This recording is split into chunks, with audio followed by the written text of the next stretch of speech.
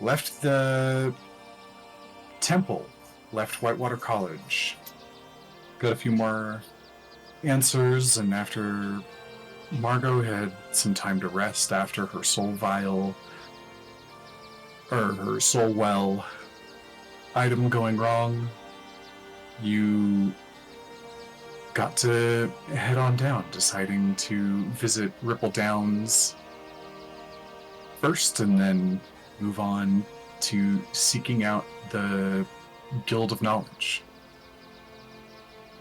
You travel down to Ripple Top through Knowledge Falls, had some conversations along the way at both places.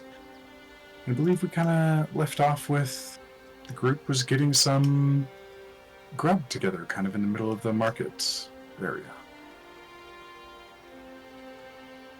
Anything in particular that anyone would like to do at this time? Oh, it looks like Seamus went and got some rest inside of the inn that Belga runs.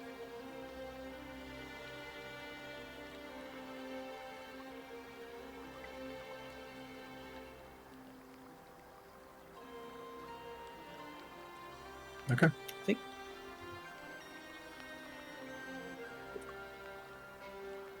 So, as you guys kind of finish your meals, find your spaces of rest, everybody buys in on Seamus's plan to pay out 25 gold to get approximately 50% of Migelo's business. And you all kind of set off and begin to travel away from Ripple Top down the mountain. It's a couple days. Or, excuse me, you do secure passage with the cart, and you get some rest, and mid-evening comes.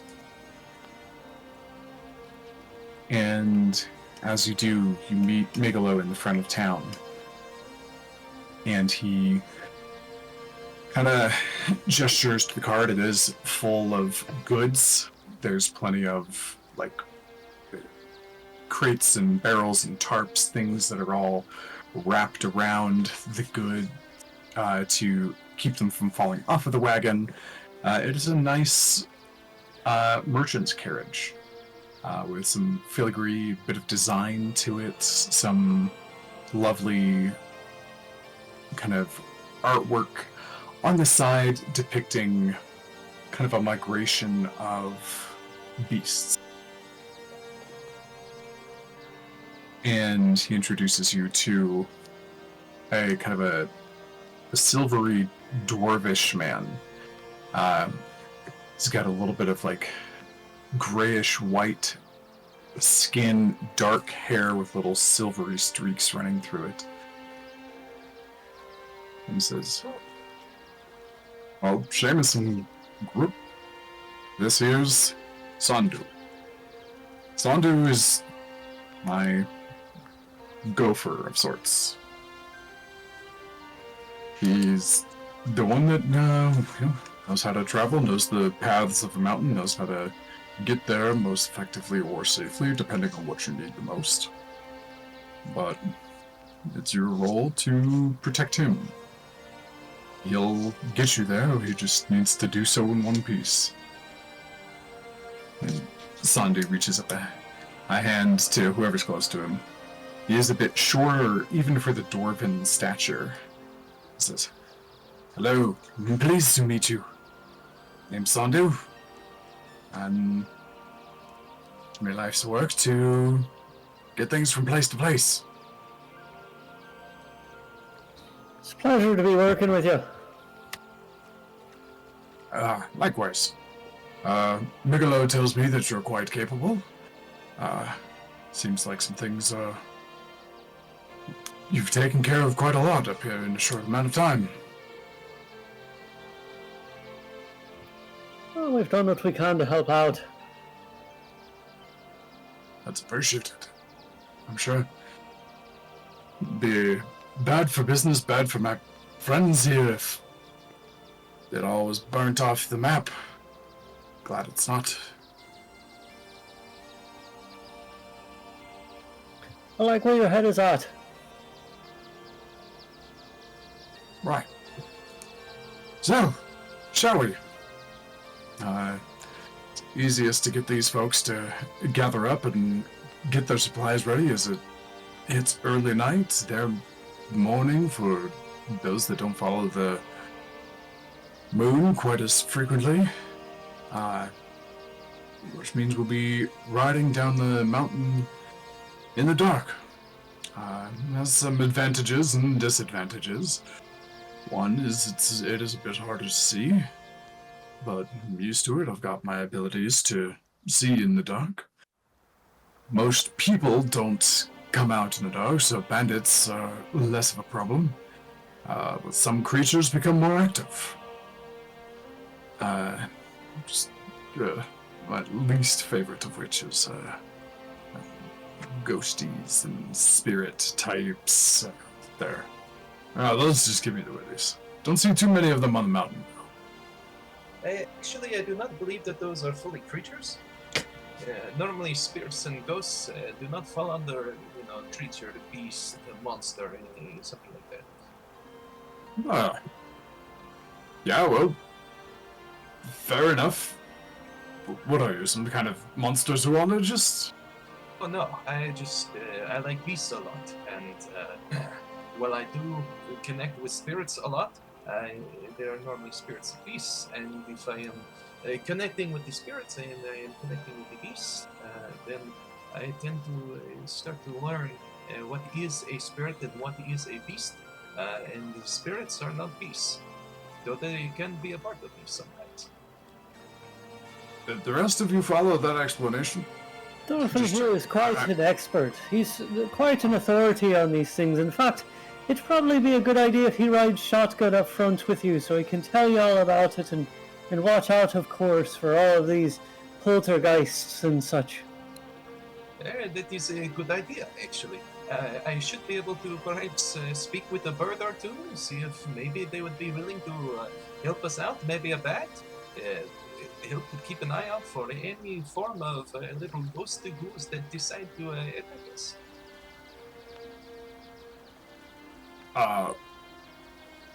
Right. Settled then. Shall we get going? I suppose we shall. Right, alright, right this way, all aboard, and, such. Here, you can sit here and here, and off we go. After you, Chomp. Damn it. Begrudgingly steps up into it. Morgan, side question 2. The rest that we got, is that a short rest? Oh.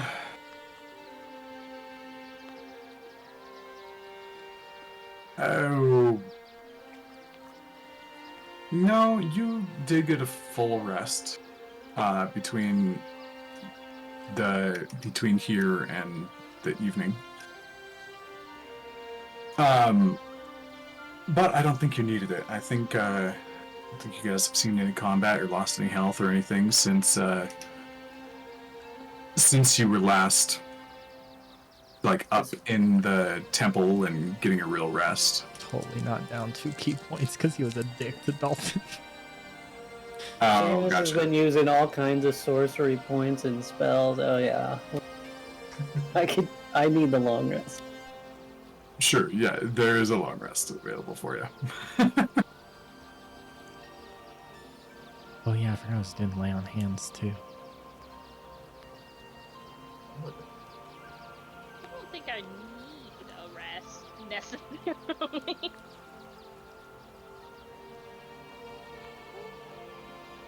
I think I'm good. Alright.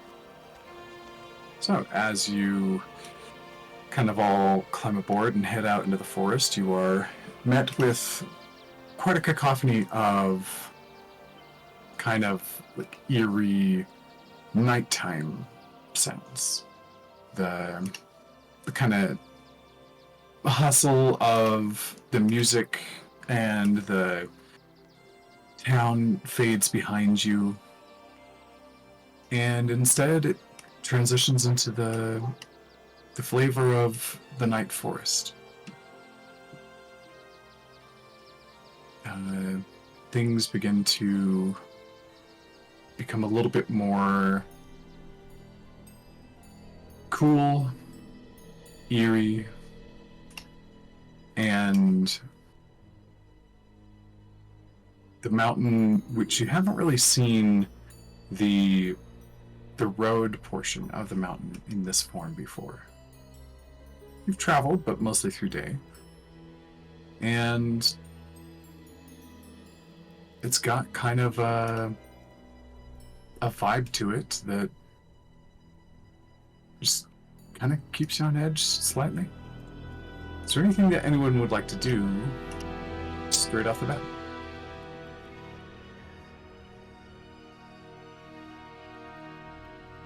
I think I'd like to look around and see if I can find, any animals as we move. I'd like to try and just keep my eye out for movement in general, too. Okay. So you kind of plop down next to Sandu and begin to scope around. Give me a perception check for me.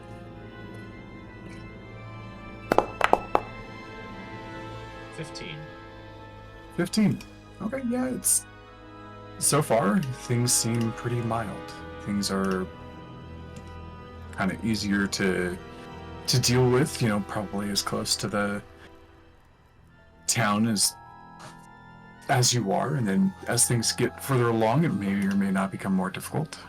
But you do get, a few little beady eyes, like kind of peeking at you and kind of watching you along the way. You notice kind of a couple of little, like, nocturnal tiny bears. There are, like, a few bat-like creatures that flitter by.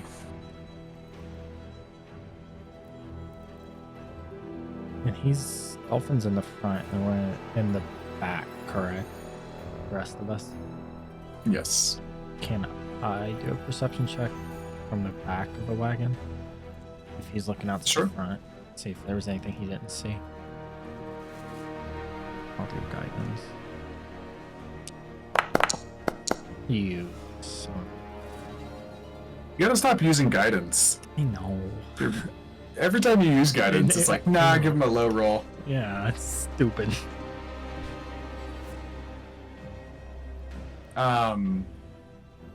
Not much. You don't have any problems seeing in here, but your problems stem from interpreting this. You are not a woodsman. So you don't necessarily know quite what to look for.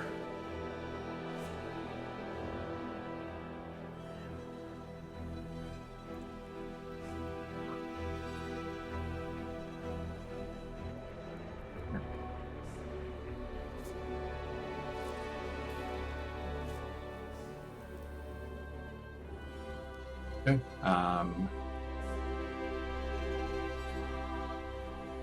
Okay. Dolphin, do you do anything with the little biddies that are kind of nearby? Yeah, I'm trying to decide how I want to approach this. I can't decide if I want to just simply summon a beast and summon something that could fly overhead and just watch over us, or if I wanted to try and roll some checks and see if anything would be willing to walk over to me and, keep an eye out for us, and tempt, the crappy low rolls, or the possibility of crappy low rolls.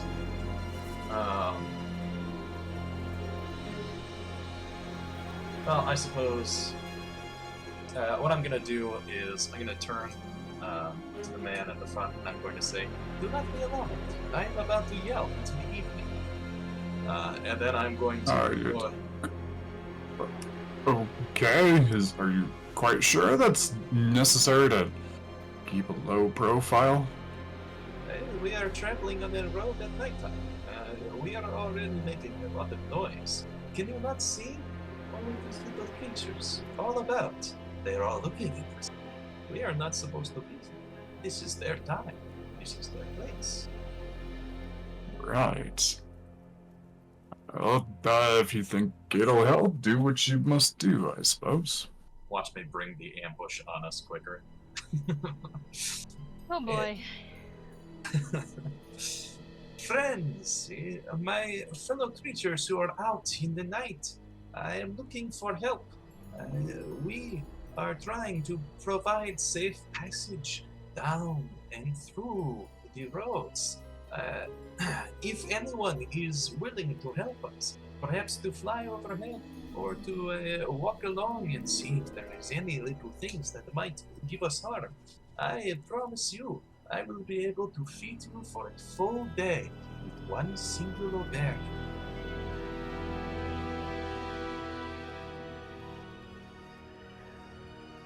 Alright. Roll me a animal handling check. You said Please, Druid. Please, Druid. 19. 19, alright.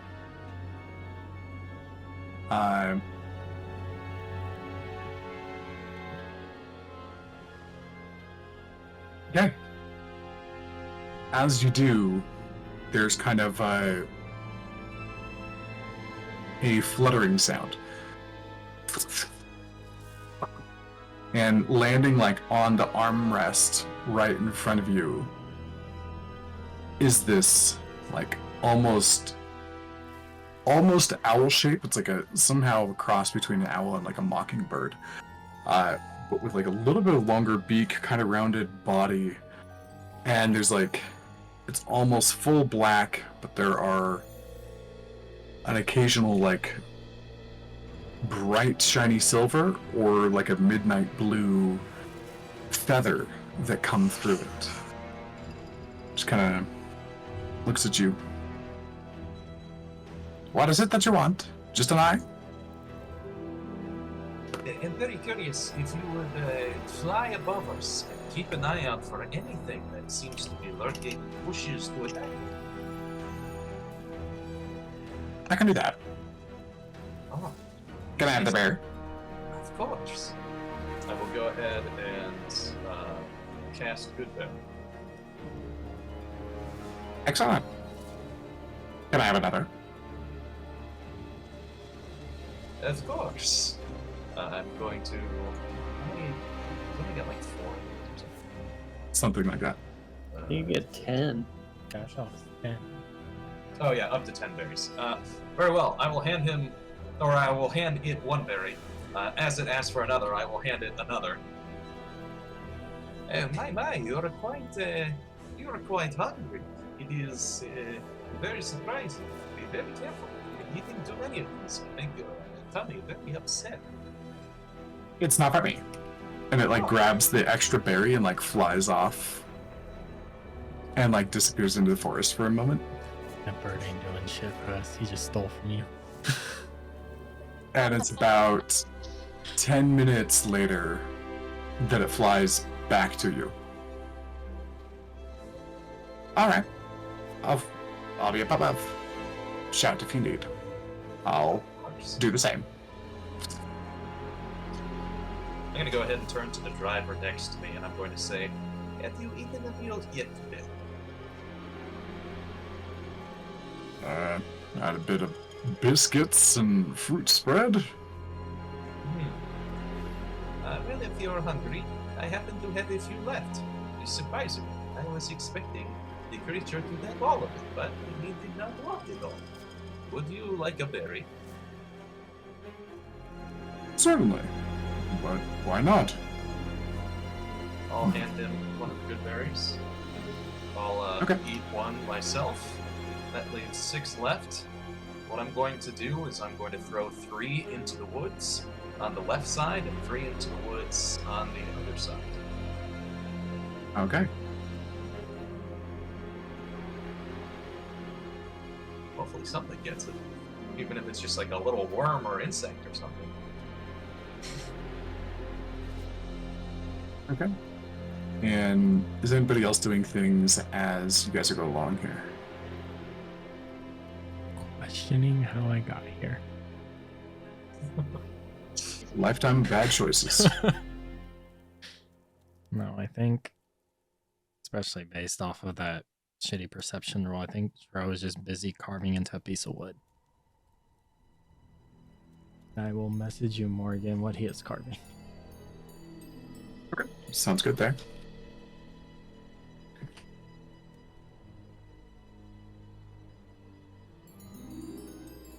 Yeah. Let's see here.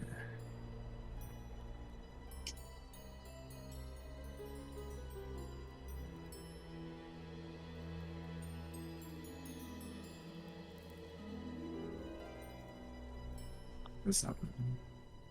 All right. Anybody else? Yaslin or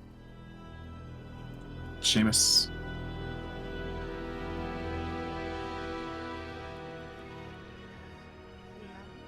I think I'm just relaxing.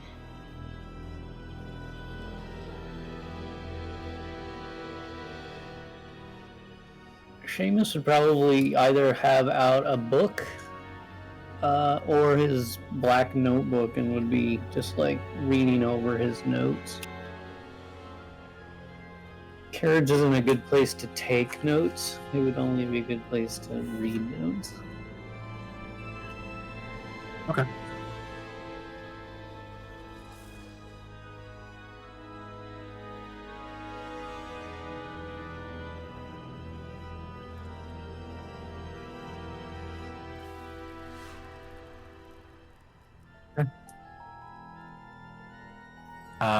So Dauphin, you are in the lead. Go ahead and give me a perception check to kind of keep an eye out for things, as well as a D100. We have a 19 to perception, and as for the D100, that is 10. Wow. That is 10. Oh. Oh, I don't know if you're a DM where low rolls are good or low rolls are bad. Oh, Oh, how do I explain this? Low rolls have a higher percentage of something happening. oh okay. Yep. Woo! Push! And to adventure! We randomly explode! Oh! Space cow. Landmine. A bunch of goblins in janky armor run out. Okay, as you're kind of going along, you're mostly just hearing the sounds of the wagon kind of flitting back and forth.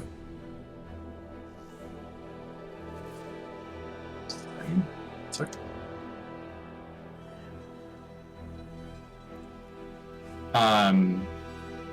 Sorry, I'm looking for a playlist. Now that we are finally just on a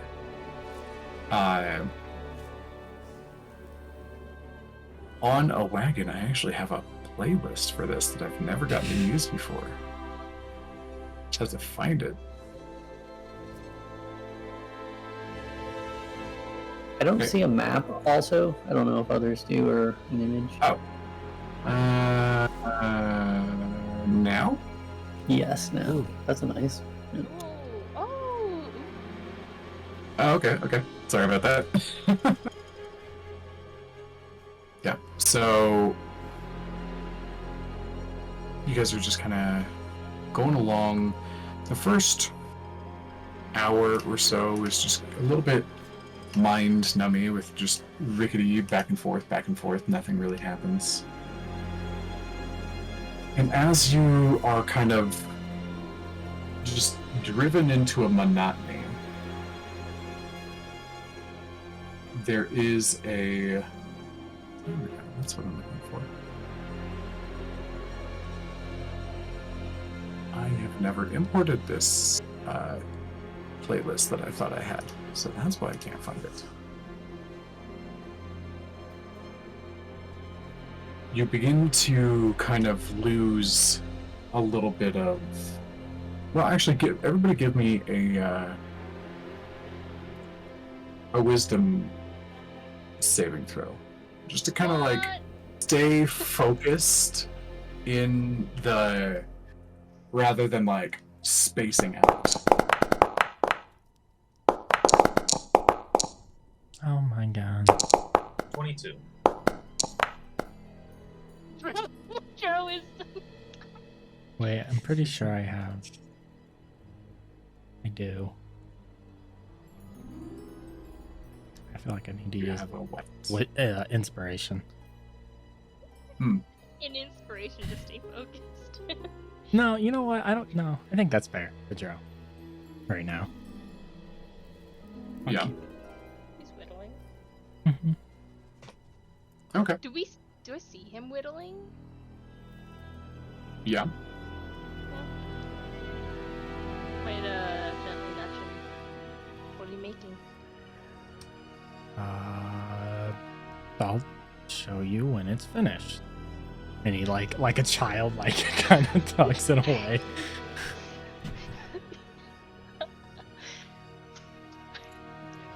Okay. He goes back, like turns away from her, and he goes back to it. He like kind of eyes him, maybe not being the most patient person when it comes to these kind of things. Like the "we'll get there when we get there" kind of answer, and like.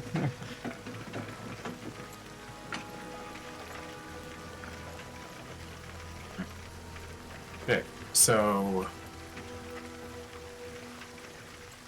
Dolphin, you're in the middle of a place where it totally makes sense. Like, you are keeping your eyes out, you're in the woods, you get to watch all the critters, you're pretty intrigued.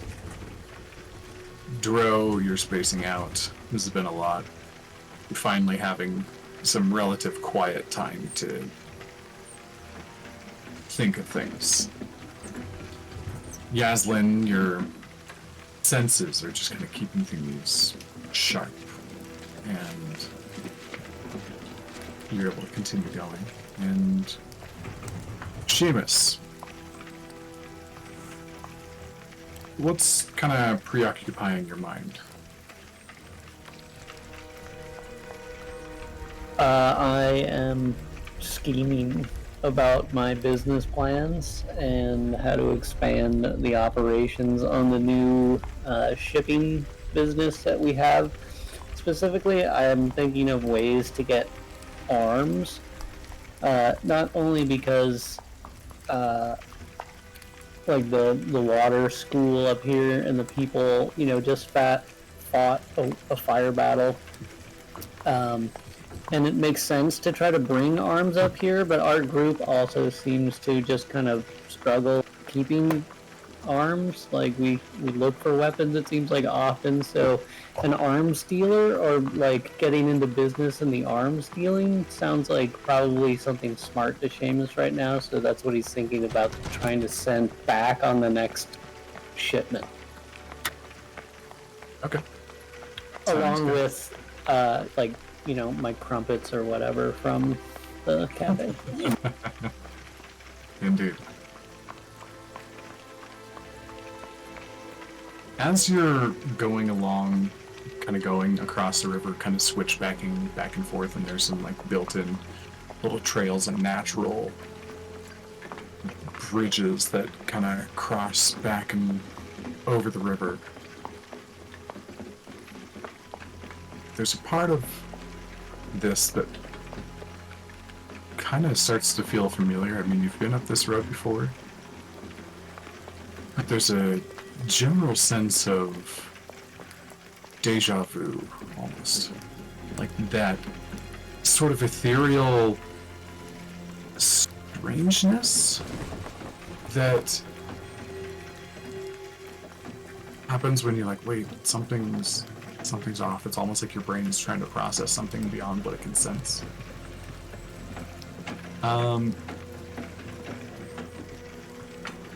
Dro, Yaslin, and Seamus, not Dolphin.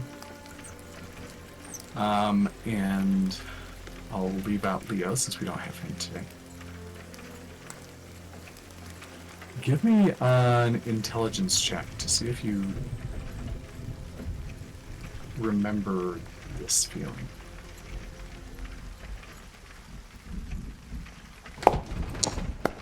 Nah, I never felt it in my life. Oh, so that's what I roll high on? Okay.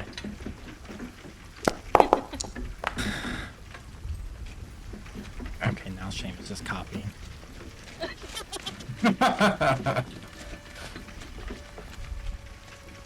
Jerome and Seamus, you start to kind of, you know, separately yet distinctly. You have this kind of like almost swirling in your head. And you've felt this before. As you open your eyes, you see the plants and things like begin to shift and glow a little bit brighter. And you know what this is. And Dro, right as you recognize it, I imagine there's a moment of, oh, son of a... God damn it! I hate this place. I hate it. This is... I'm just... Do we see him immediately? You do. He's sitting up on the steps with his hands kind of in the steeple, looking down at you. Just Dro looks up. No! Not you again! Why not? What did I ever do to you? Just stares at him. You know what you did. I know that...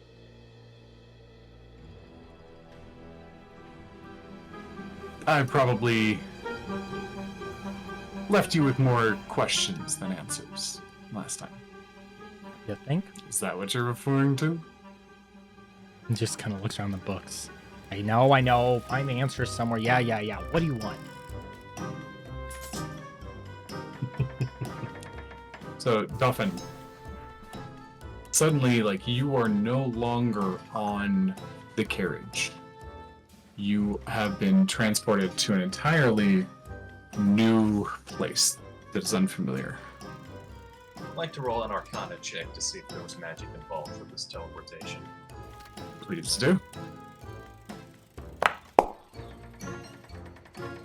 What is with me today? Dirty 20. 20. Dirty 20. You understand that, like, forced teleportation does usually have some sort of magical element to it, but you couldn't detect any of it.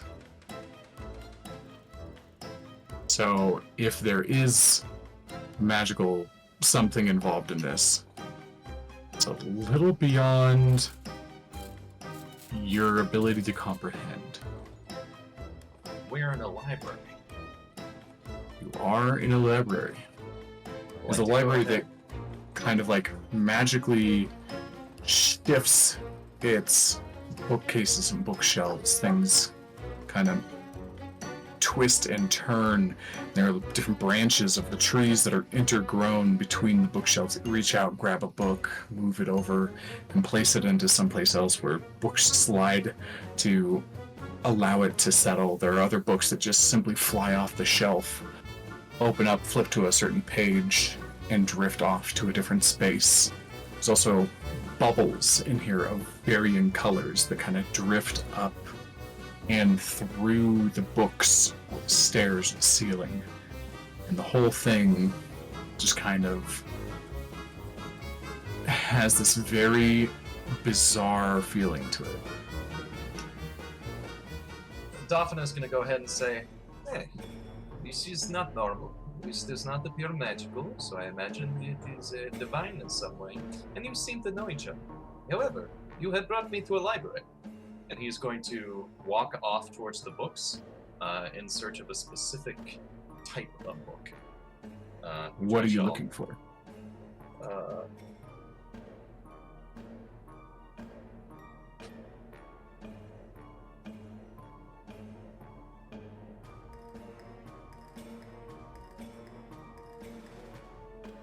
Okay. Go ahead and roll me an investigation check. I look.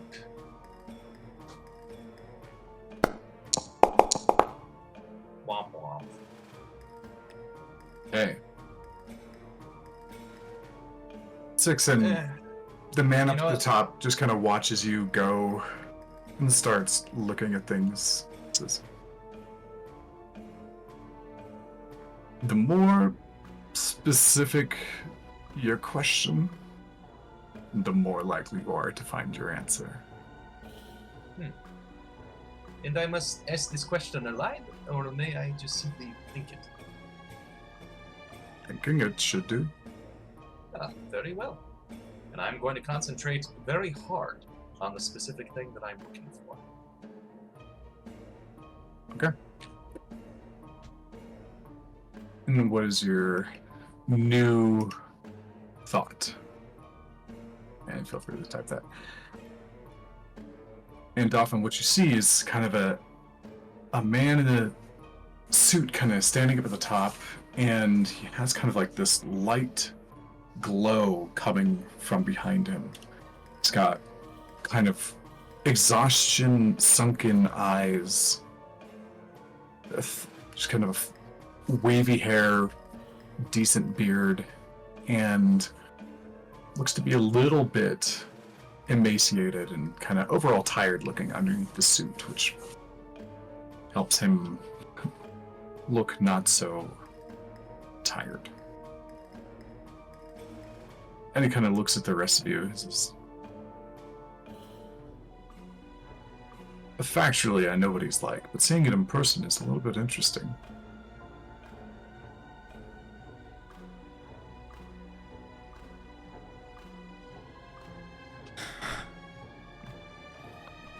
All right.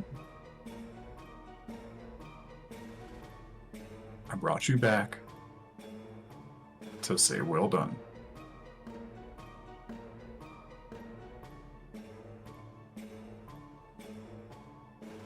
You handled the fire creature. Seemed like the kind of outcome you were looking for. Oh.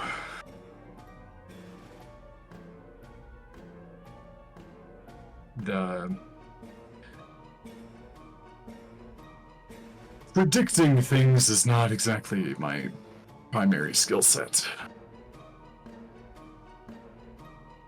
Setting up dominoes and hoping for good results, that's a little bit closer. But turned out to be an acceptable outcome. The dominoes beyond what you managed to do and the way that it played out have yet to be aligned. But the alternative would have been worse.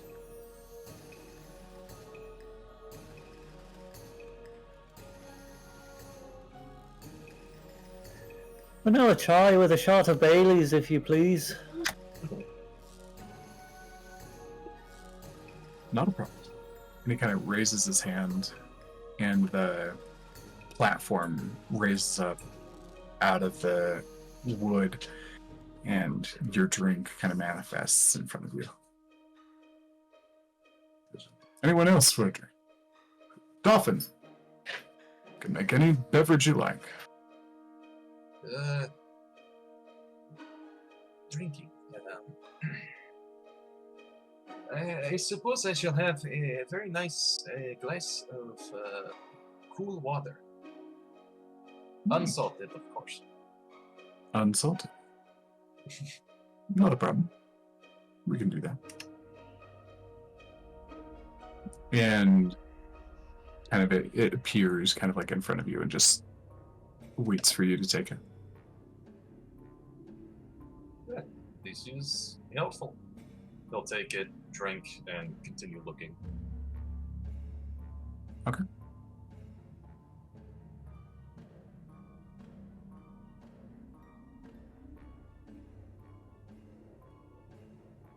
So you just, again, abducted us to congratulate us? You know the drill. You'll end up right back where you were. That hardly seems like abduction to me.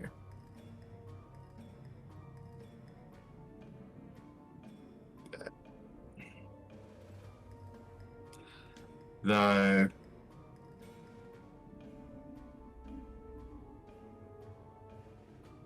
Look, it's my only way of communicating, okay?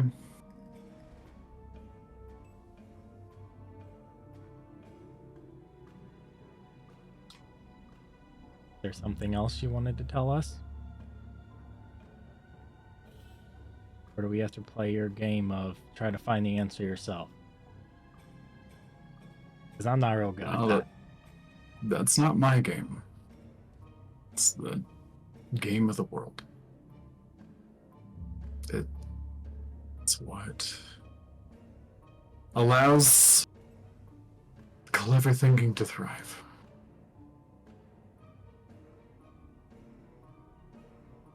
However, you were able to set a bit of a course straight.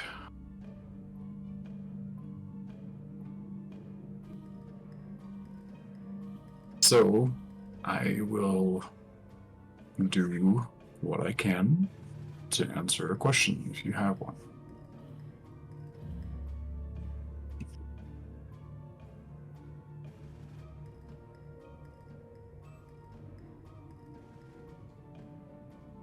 You But do know that there are some things you're not ready to know, to learn.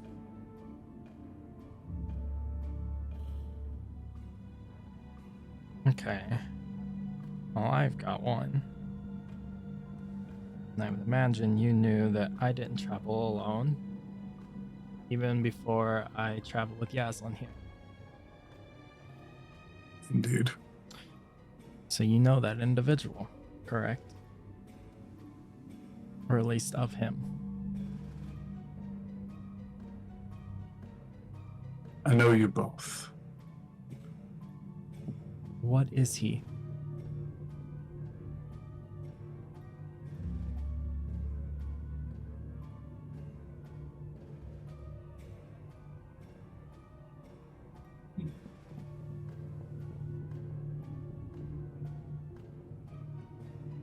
How did the Kirin phrase it to you as you understood it? God, what did Karen say? I know whatever he was basically the polar opposite to what the Kirin gave me. Hence why he is no longer here. Some would say a pesticide, maybe. He'll roll up his sleeve and expose the scar that runs up his arm. His disappearance is the reason this is now on my body and the reason I wield this weapon. But the Kirin also did say he is still alive, so I don't know if he is human, elf, half, whatever, or if he is some sort of spirit, elemental, I don't know. But as I travel, I've never come across a creature with the ability to, and he's gonna glance over where Dolphin ever went, just hesitation because Dolphin knows nothing about this. A being who could not per se inhabit the same body, but we could swap between who took control. But him coming into being out of nowhere as children, almost a reflection of myself, and sometimes he would say it, he would be the darker side of me. But I didn't see that.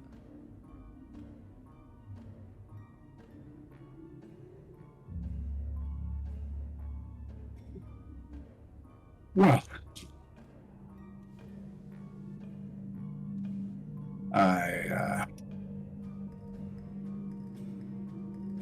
that's a tricky thing to answer.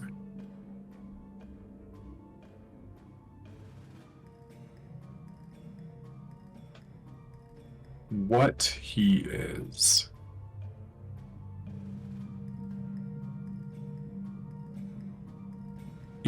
closer to what I would call a fragment.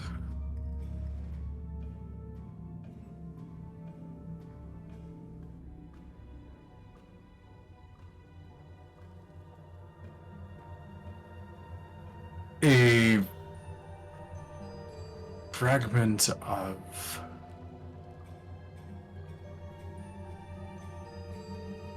something's intention.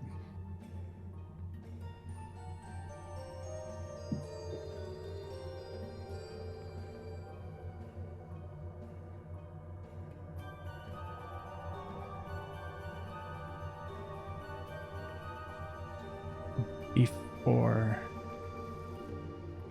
we were separated, there was someone or something else there before he was taken. And I'll go through and explain what he looked like, but I can't remember what he looked like. The creature that Dro saw that screamed at him.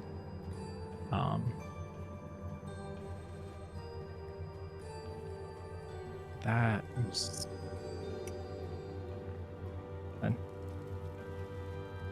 The triangle of red eyes.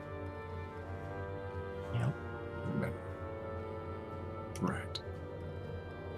That thing's intention, yes.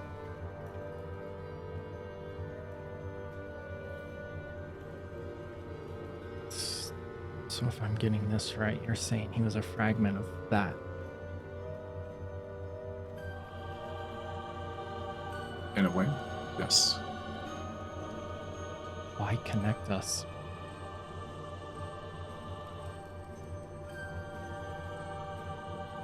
Why does he have no memory of this? He gives you a sad smile.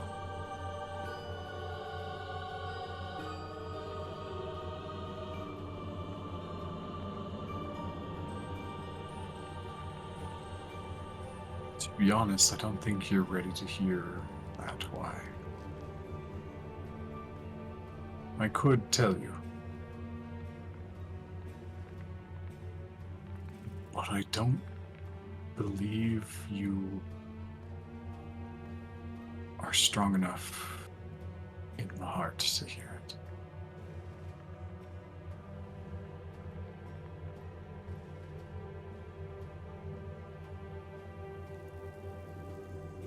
I'll just kind of stand there and just stare.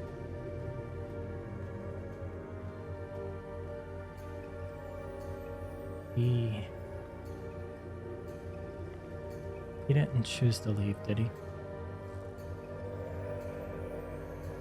was an incompatibility.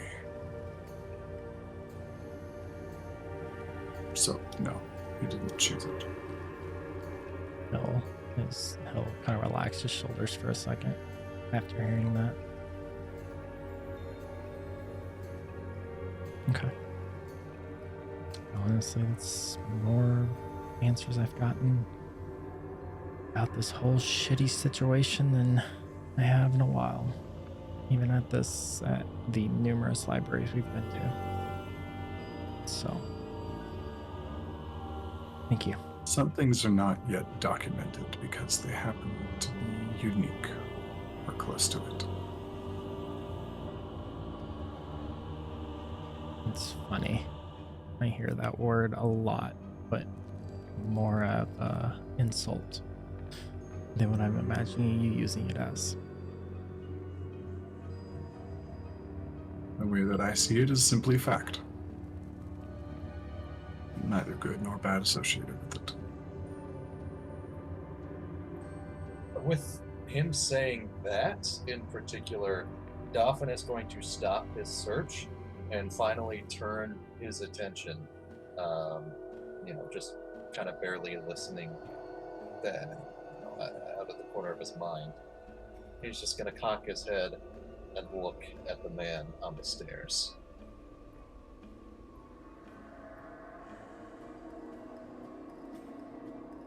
And Dauphin, give me an investigation check. Add advantage. Investigation. Advantage. Oh my. 10. What, as you start searching, the layout and the topography of this library is different than anything else you've been in. So even though you have that specific question in mind, at this moment, you're still processing how this works, and you're not getting very far. Right. Dolphin is going to go ahead and walk back to the party, slightly frustrated with his inability to find anything. But he is going to go ahead and say, You and I see the world in much the same way. I was not expecting to meet someone like you today. This worldview that you have, it is uncommon amongst a lot of other people. Tell me, Throw, does hearing something like that, that there is no good, there is no evil, that it just simply is, does this make you angry or perhaps sad to hear something like this? What is your emotional state after hearing such a phrase?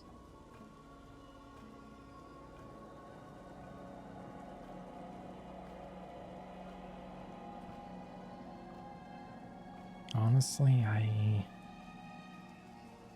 don't know. Because we say there's no good, there's no bad.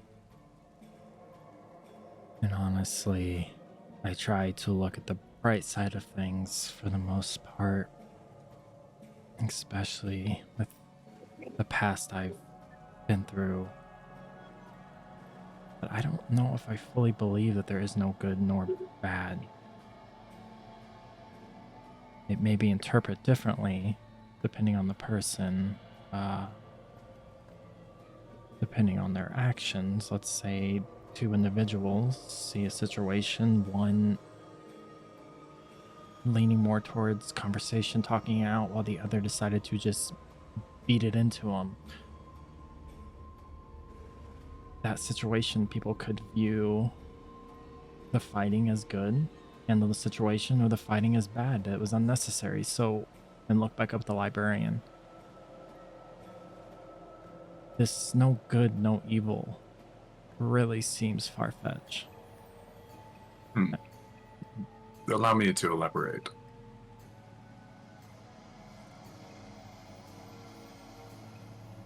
I was referring specifically to your situation, Dro.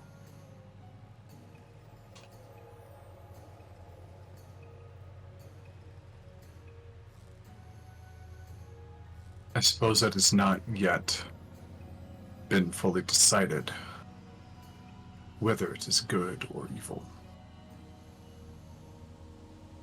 Or somewhere in between. An object, for say, a rock. Someone could pick up a rock and use it to pound in the stakes of a tent so they have shelter for their loved ones against the elements. That is something good. Someone else might pick up the same rock and attempt to crack someone's skull with it. That has the option of being evil. It could also be used in that way to defend loved ones.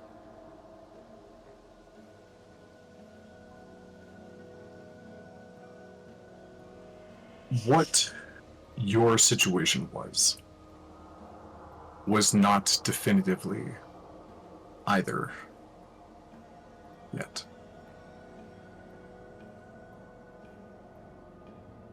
It's about choices.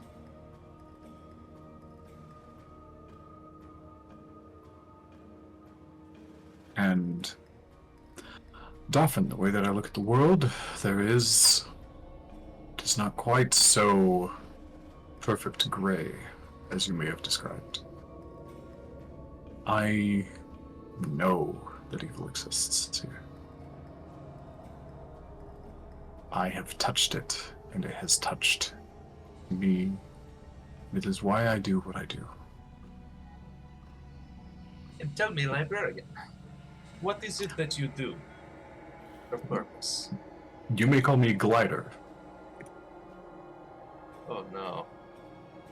Oh god, did I just lose internet? Nope, we've got you. I Everyone is still hear frozen. you.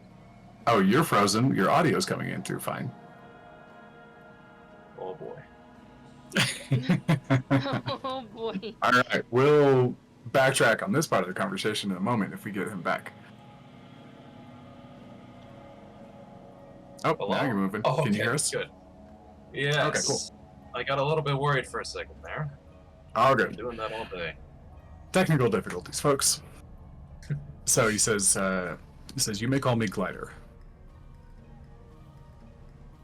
What I do, as I mentioned, is I set pieces in motion to hopefully change outcomes. And he's gone. And there he goes. All right. And he's back. How we doing? Yeah, it's like it worked, and then I was like, no, wait, hold on, I just need to reload Discord real quick, and it, reloaded itself, and now it's like, oh yeah, no, you're feeling great, you're fine. Okay, awesome. Or Discord. Okay. Or internet, or whatever it is. So Quentin, and action. Reset the scene. Reset for editing purposes. Says, you may call me Glider. And my purpose is to set pieces up to hopefully change outcomes for the better. To prevent that evil that I mentioned from reaching further and having its way. And why is it that you see this thing as evil? The intention behind the evil. The intention behind what it's trying to do. Then what is it trying to do?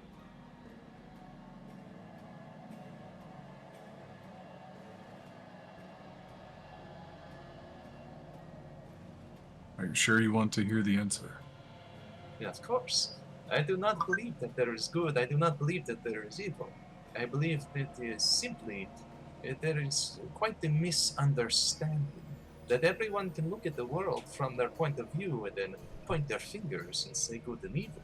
And I believe that this is exactly what you are doing.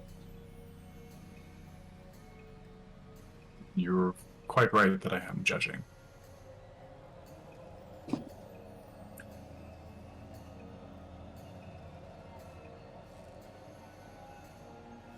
Simply put, the intention to dominate.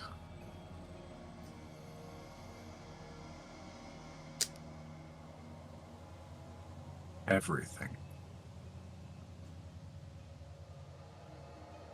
But with domination, does not security and peace come? It depends on the method.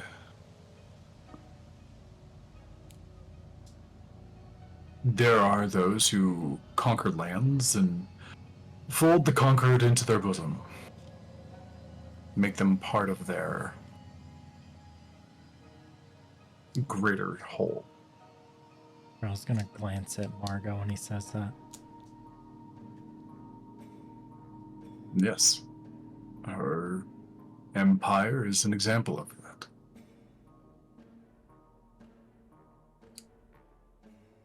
The other method of domination, or at least one of the other methods, leaves ruin in its wake, has no interest in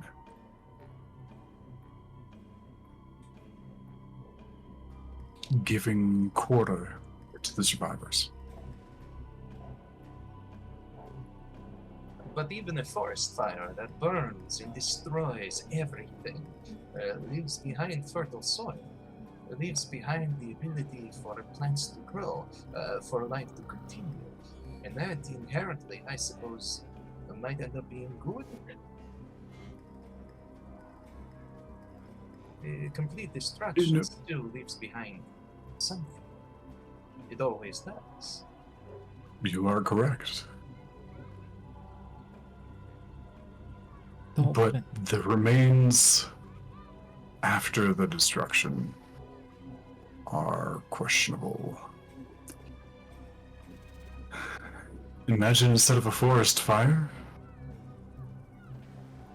what the remains were are a field of massacred innocents and children. Simply because somebody could. True that life would grow from their bodies. They would nourish the soil.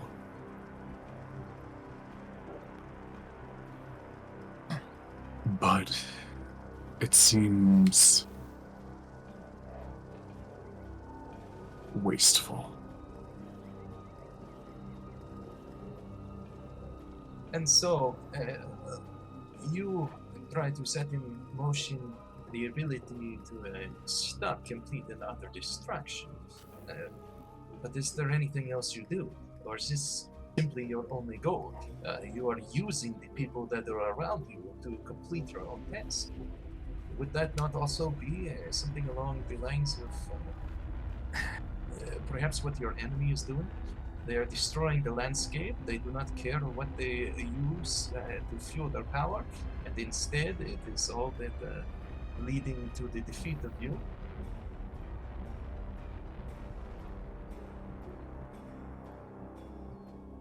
Your mind is sharp, Dolphin.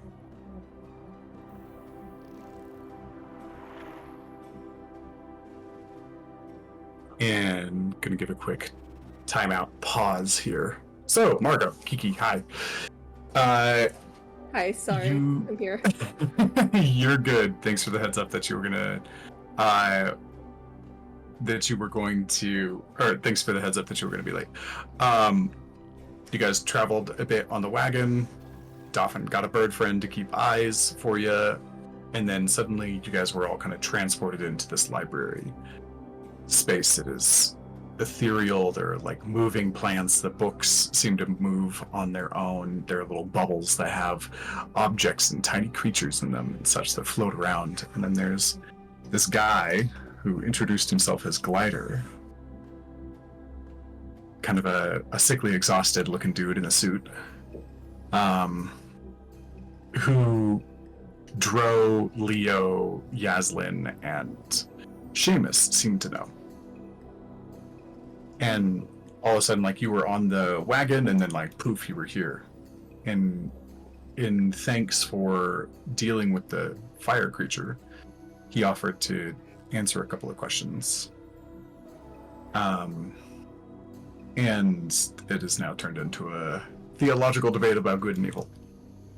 Okay, because I was like, are we about to fight this guy? Or Let's kill God! Let's That kill seems God! like a bad idea.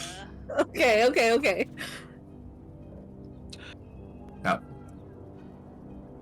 So, in response to Dolphin's last comment,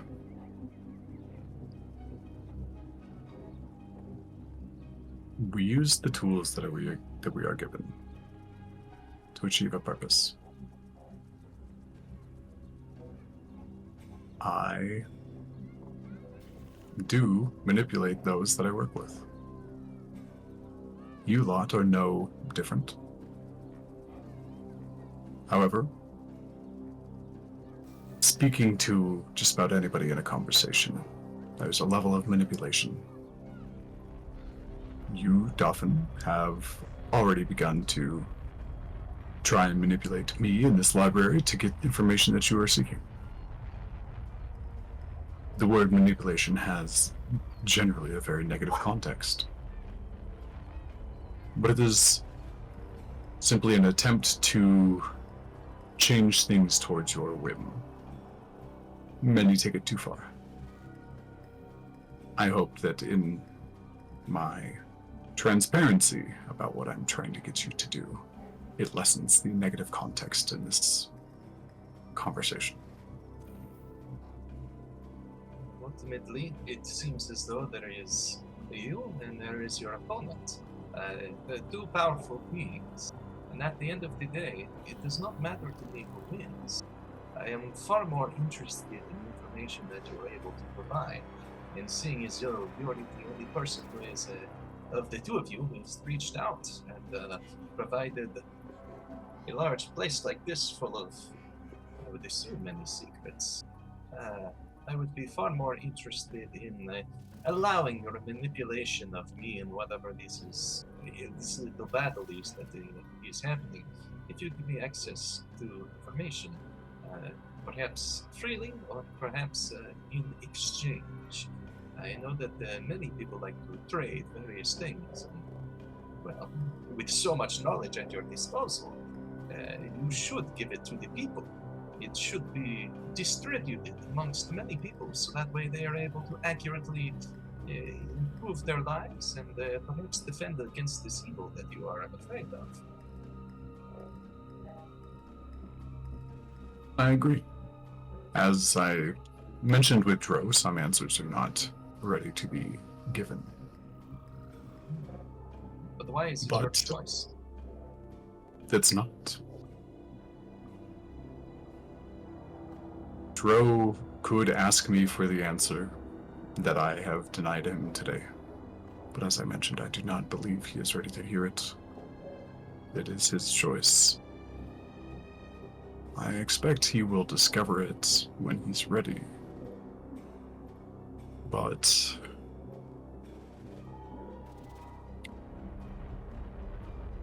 many answers hurt more than they help. They can wound someone's heart significantly. The Dolphin looks just genuinely puzzled, and he's going to turn to Dro and say, "This information you have been seeking is right at your fingertips, and even if it hurts you, you have the ability to unlock information, to learn things that you had never learned before. Why would you stop here?"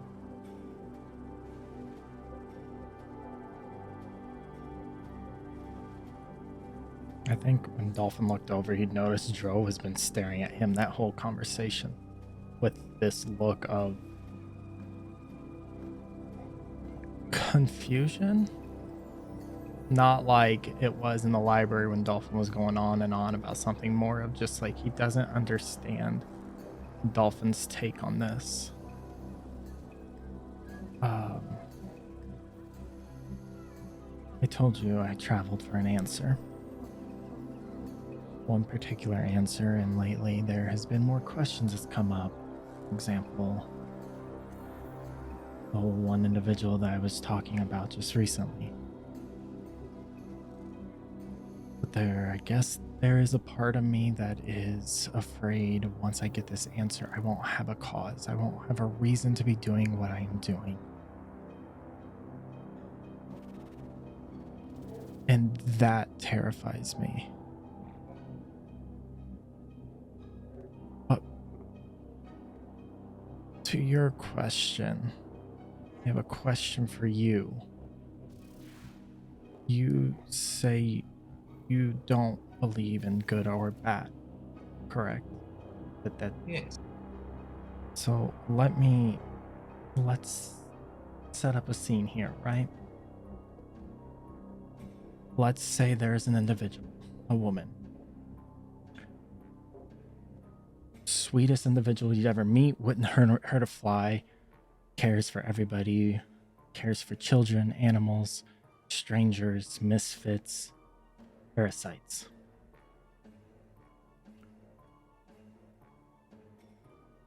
She then gets robbed by bandits with the intention of stealing everything she has and everything from her home.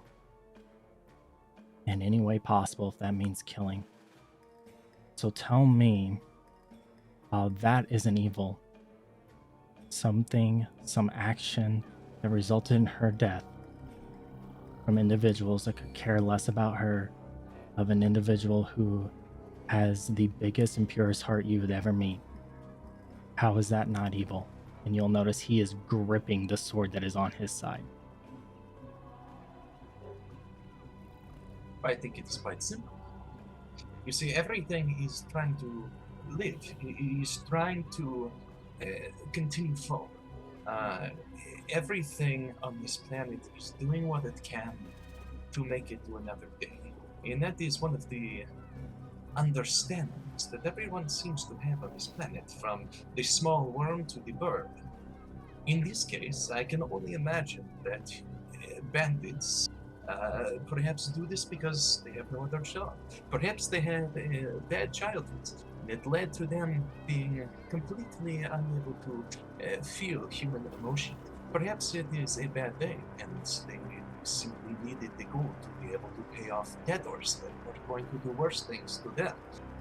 I think at the end of the day, no matter what, it is very difficult to look at this world in such a lens of black and white, of good and evil. Even the purest people have done arguably bad things, depending on your definition of bad, and even the worst people have done good things, I suppose, depending on your definition of good. People are simply living. The bird that eats the worm is not a bad bird. It is simply trying to continue surviving. It is following its instinct. It knows what it is doing is eating. Eating allows it to survive. And what if those bandits didn't need the money? They just did it because they could. I do not think that the world is that simple, that people just go around and they simply impede on other people for the sake of, I kill someone, or I want to dominate the world, or something like that. I think that there is always something, some piece of knowledge that is just out of reach, that helps us understand why they took the actions that they did. But humanoid nature is just slightly more complex this unit.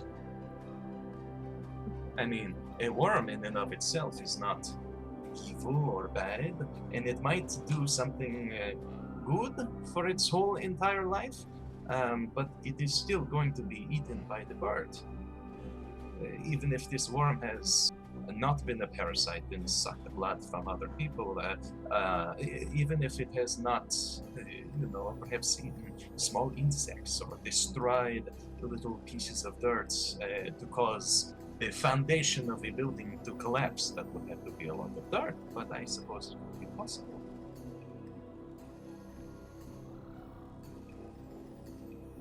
Dolphin, have you been anywhere else besides the college and your home? I have been to a few islands, I have been around the ocean, but in general I have followed the path that leads from my home, from the islands, from the beaches, to the college. Well, here's some little helpful advice from someone that has seen quite a few things. There is pure evil. People are, or can become that. There are people whose hearts are as pure as gold, and they're the ones that get destroyed. He just walks away from Dolphin, gripping that sword. Dolphin, were you comparing us to worms?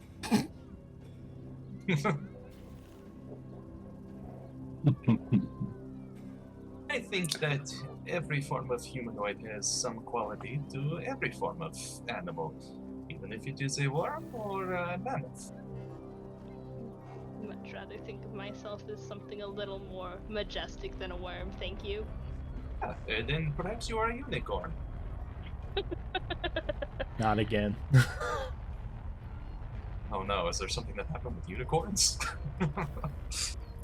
Previous campaign. Now, this conversation came about because you asked what I do. I worry about the survival of others as a whole. At a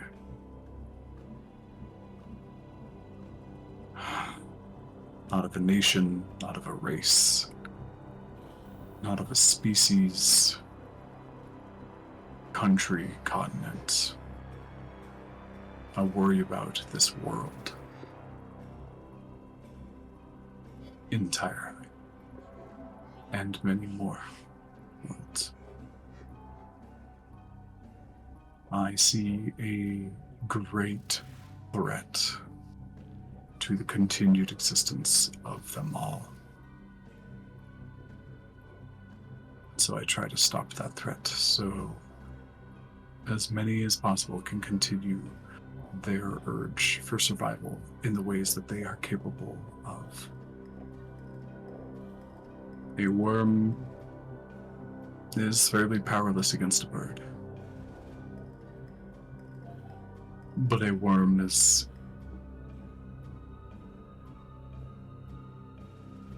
unmatched for a machine that would dig them all up and hit and burn them with a flamethrower.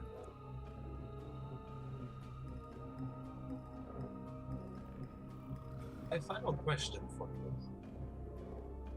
Why do you care? What do you get out of it? Why not simply destroy like your foe? What is it that benefits you from trying to help and save lives?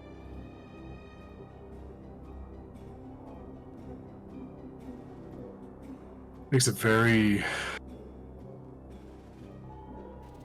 Actually, everybody give me a insight check. Anybody who's trying to read this guy.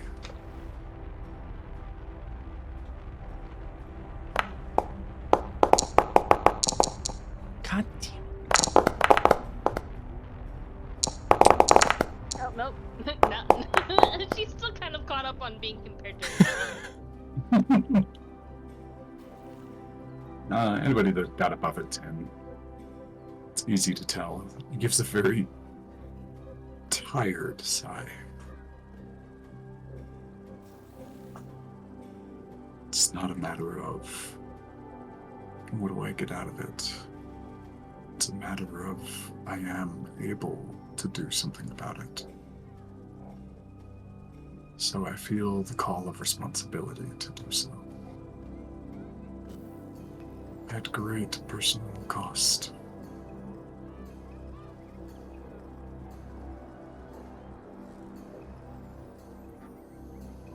Yet it is the right thing, and I wouldn't want to be the person that ignored this responsibility. That isn't what I would teach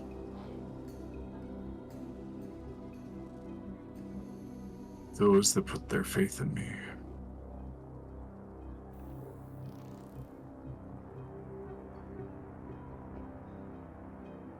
It is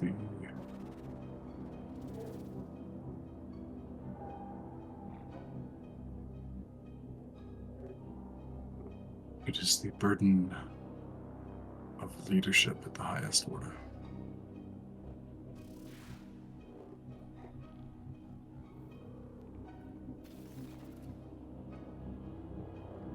And yet it must be done.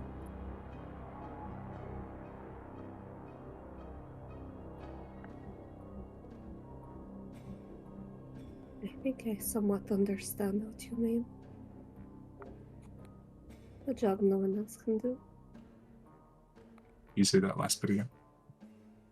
Yes. Oh, again? Yeah. Sorry. A job no one else can do. That must be done. I imagine you know that all too well, Mrs. Svarad.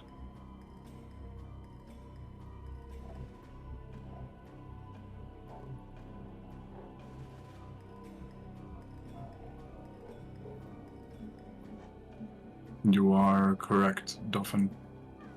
There is a foe that moves in the shadows in the way that I tried to move in the light.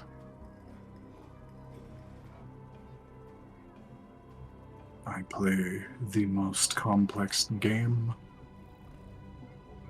in the world against them.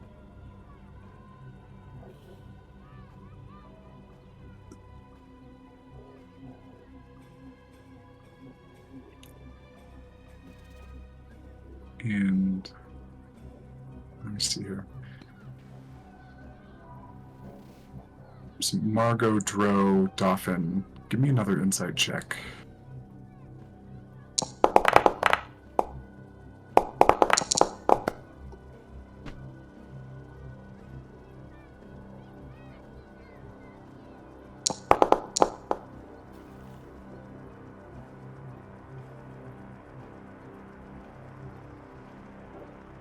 Margot, as he's describing this game,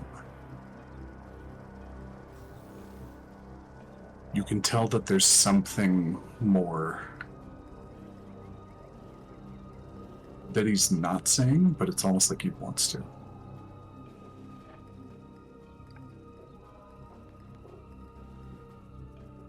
Could I poke the bear and link my mind with him? Wait. Wait a sec. Of course you do. Still hasn't learned personal space.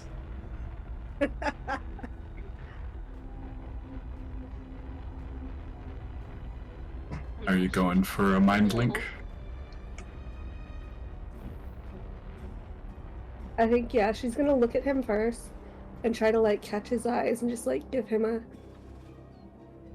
curious look as she mind links. Okay.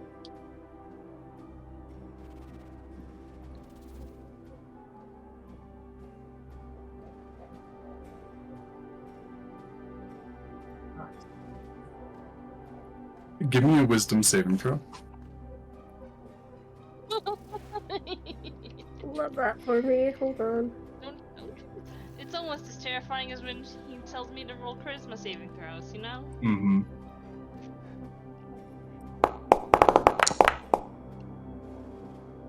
Ooh. 18. You go to reach out for it, and his mind, and it doesn't lash back. It's not defensive, but it is beyond vast. Like, outside the windows, you see a universe, and that's what his mind feels like. Like you're trying to take a teacup delicately by the handle and fill it in a raging river that would sweep your entire body away in moments. Yeah, she's gonna sever the connection at that, for sure. He just kind of smiles and says, let's try asking our questions aloud, Miss Svarad.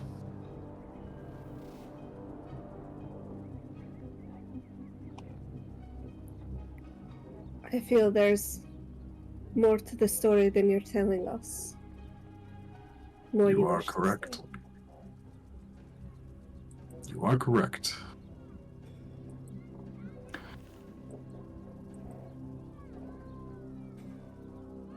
There's a certain amount of what I could tell you that would make you targets.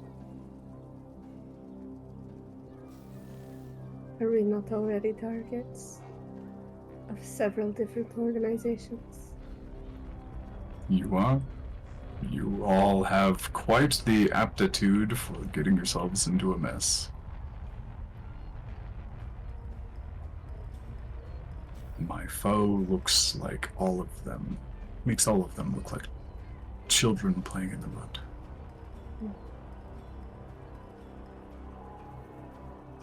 So my vagary is not to increase my suspicious appeal, which I'm sure I have plenty of. It is to provide you with plausible deniability.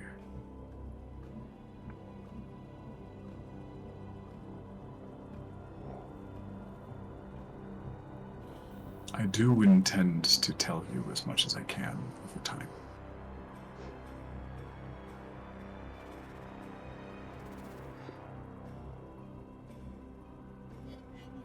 But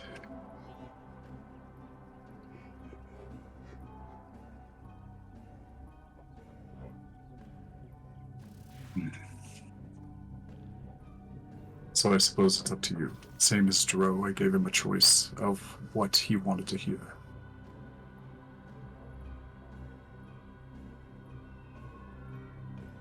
How far into the dragon's lair do you wish to tread at this time? Frankly, the more powerful you are, the more likely it is you can protect yourselves, and the more willing I would be to give information. So you want us to get stronger before we gain access to this information freely? More like you'll have an easier time dealing with the things that come after you once you are stronger. You can have the information now, but the threat is great. She's gonna look around at the group and just say, I think we have enough on our plates for now.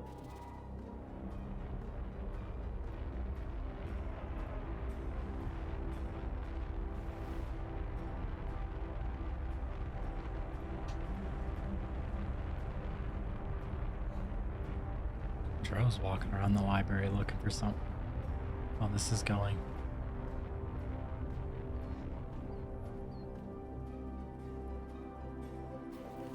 Go ahead and send me your intended research and what you are, and then give me an investigation check as well.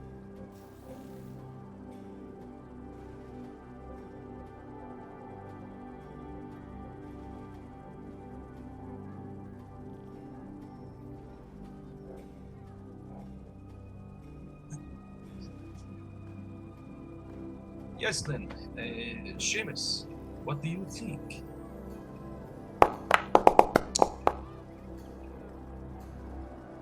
Have you tried the chai? Emerald green. Emerald gray. I don't know my colors anymore.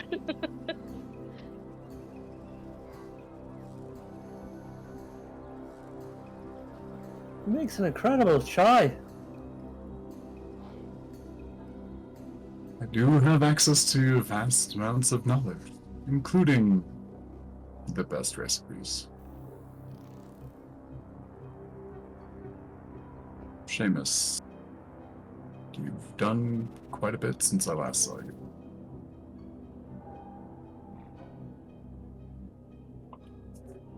Same precautions that I've mentioned to everybody else, but is there anything that you would like to know as your reward for helping me with the fire creature and keeping it from getting worse?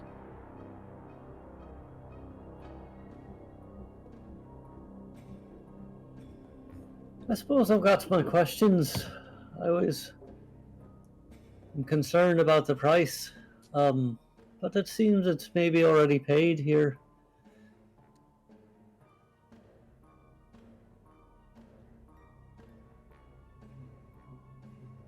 What do you know about XR? An interesting inquiry.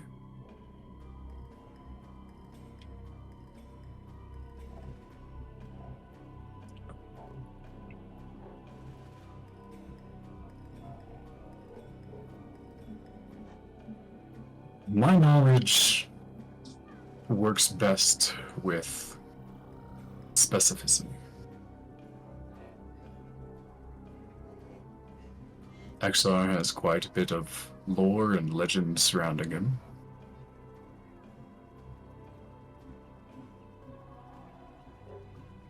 Don't suppose you have got a family tree laying around.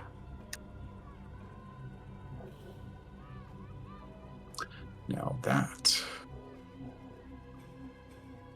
is an interesting inquiry. And it reaches over and kind of like draws like his hand in, and a book zips out. A couple of bookshelves slide to the side, and a book shoots out. And he opens it up. And looks through things for a moment.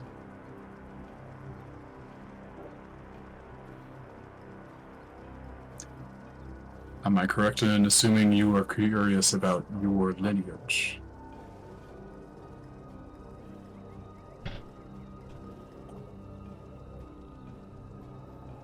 I'd like to know if I'm an apple or a pear.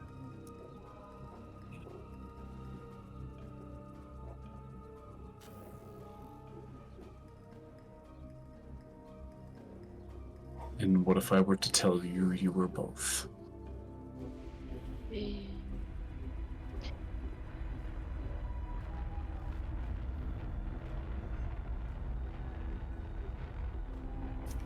I'll have to give some thought to fruits.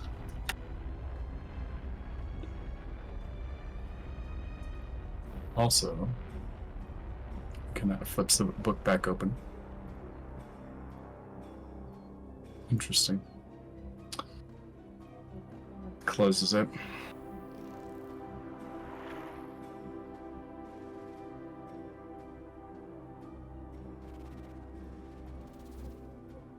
You are aware of your Damphirism. And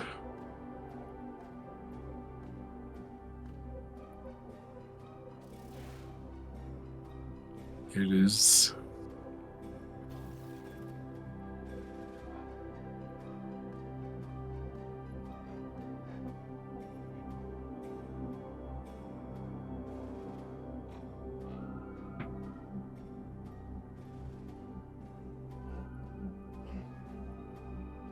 allow me to adjust my metaphor. Instead of apples and pears, think of something a little bit closer. Like a peach and a nectarine. Essentially the same, yet categorized differently.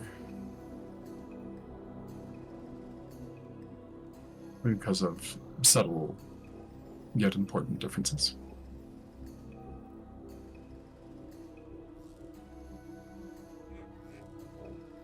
You hail from vampires.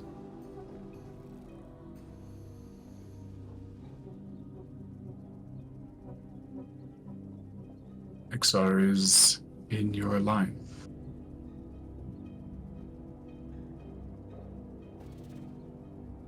But he is not the only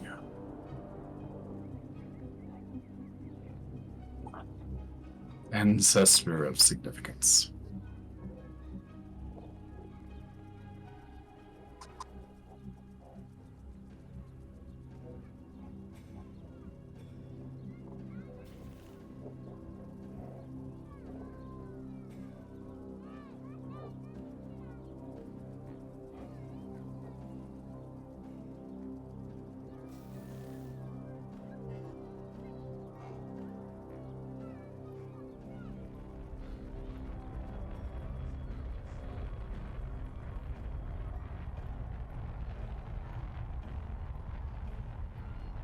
What do you think I need to know? Have you already told me?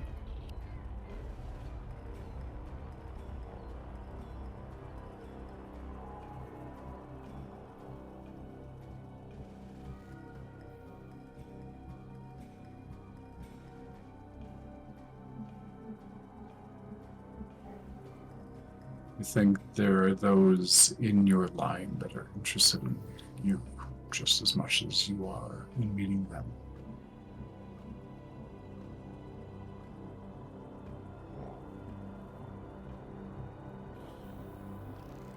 As I mentioned earlier, the moral direction of that meeting is yet to be determined.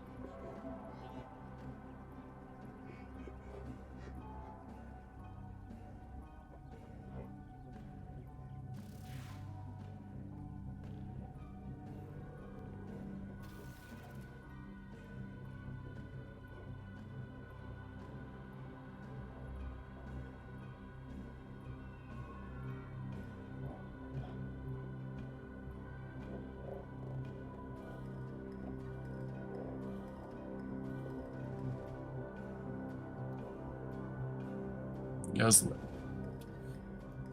anything on your mind? Nothing that your books could help me with.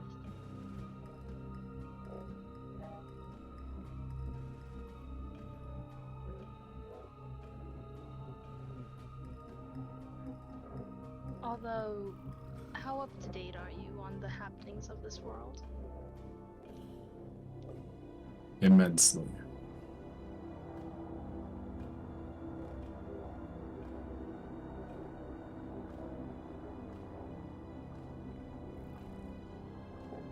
It might be silly then, but you know how my people are doing.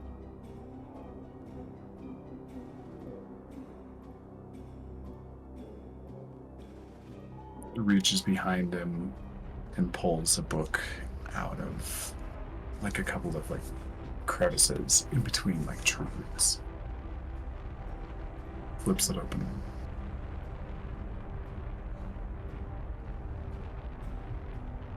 Many of them miss you, yet respect your journey.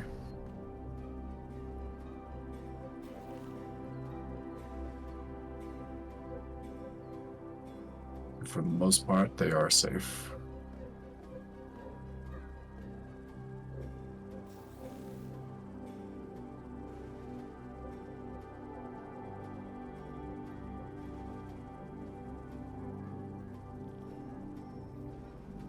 They may need your guidance at some point soon, however.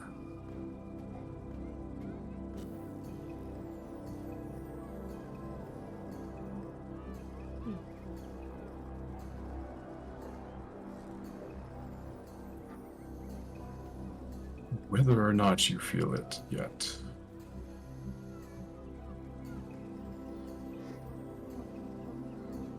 you are significant to people.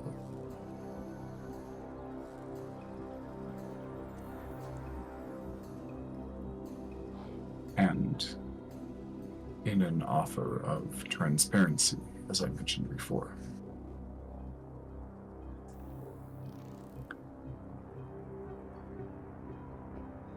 I have great need of your people in the future.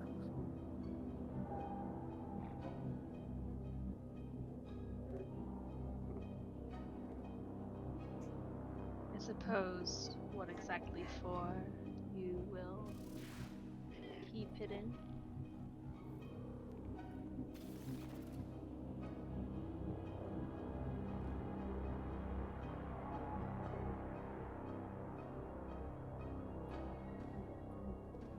Your research and abilities are powerful as a people's.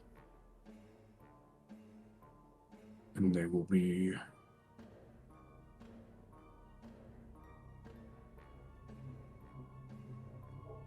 extremely necessary to keep my foe at bay.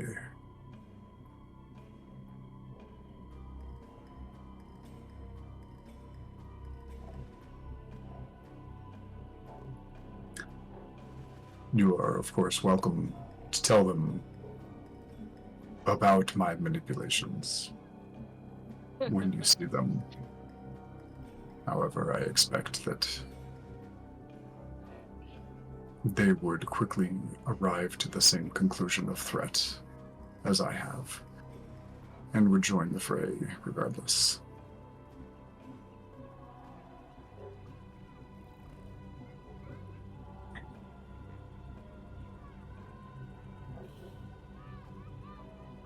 Yeah, that tracks.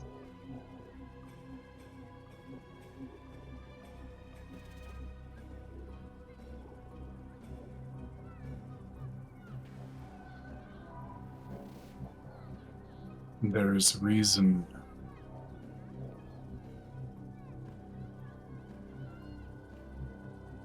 you were called Lisak.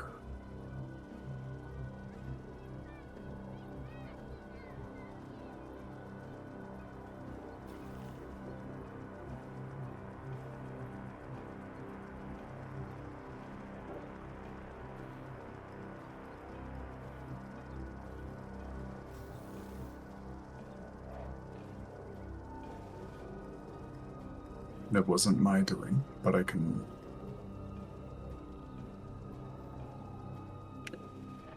read a bit of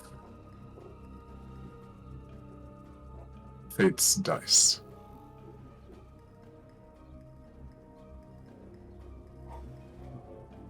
You came to your clan for a reason.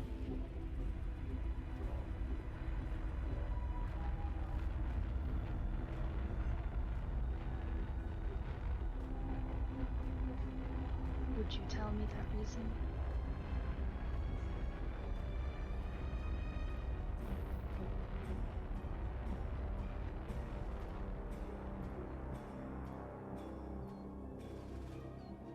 They have never needed a shield like the shield you will become. But they will need it someday.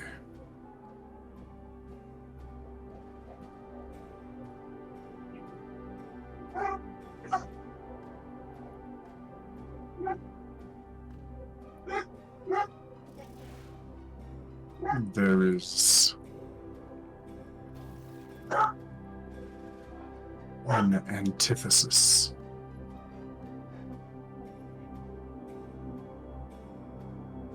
That threatens what you and your people stand for.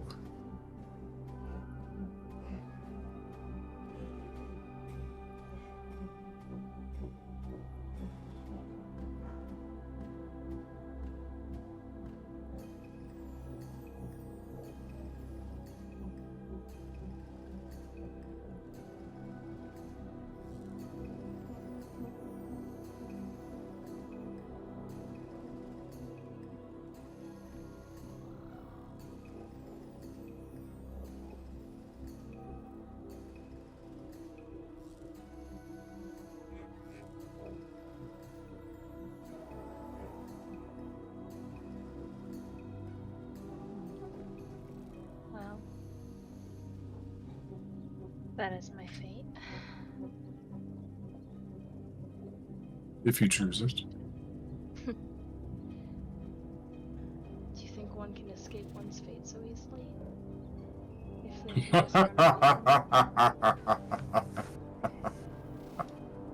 This is the first time you guys have seen him with genuine mirth.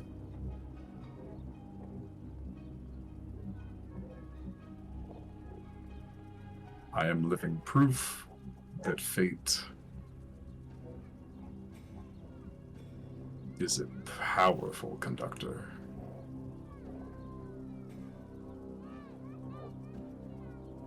And I do not mean to imply that I am fate, quite the opposite, actually.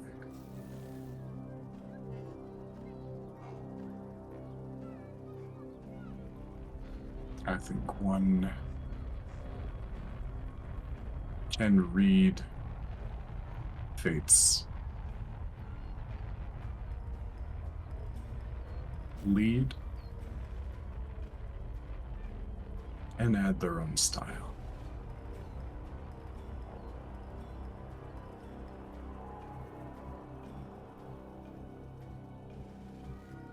Yeah. I always did kind of like Blazes of Glory.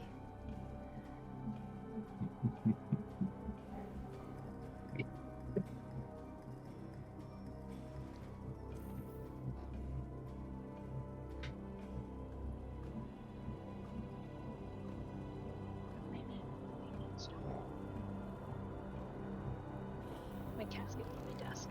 Sorry. We're gonna start seeing randomly typed messages in Discord here soon.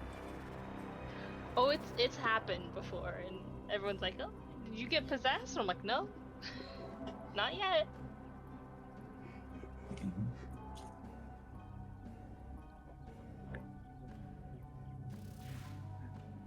And Margot. Yes. This group kept my eye on for a while. And some of those threads of fate have woven in and out. You and Dauphin are a recent addition.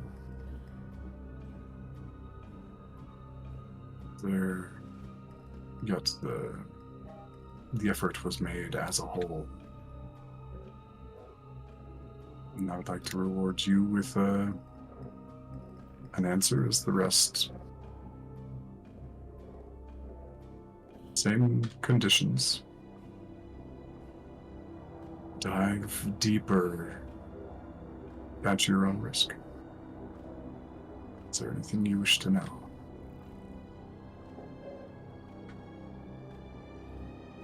Is there any way to stop the quarries from the dream plane?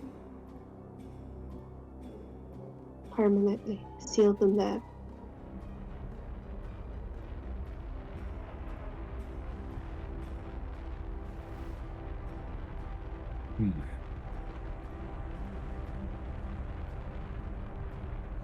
What you ask for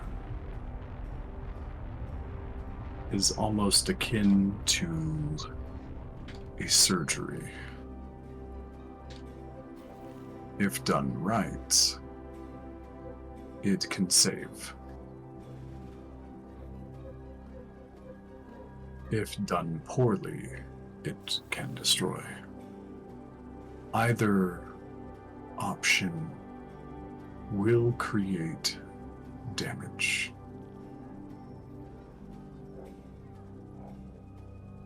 The success of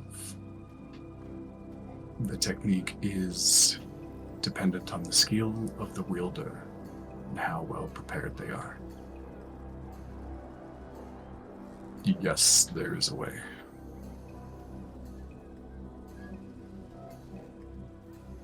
As you know, the quarry exists on their own adjacent plane. It is not connected to other dimensions or planets. It is unique to Aeons.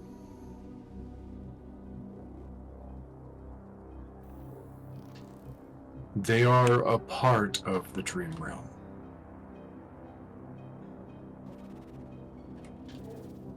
A sufficiently powerful ritual could potentially banish them to another adjacent plane that has no interaction with Aeon.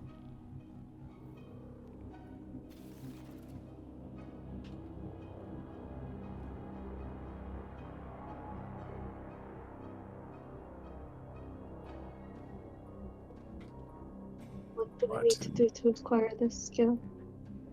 I will do it, whatever the cost. First of all is get more powerful. Imagine a spell that would take every elf off of this plane of existence.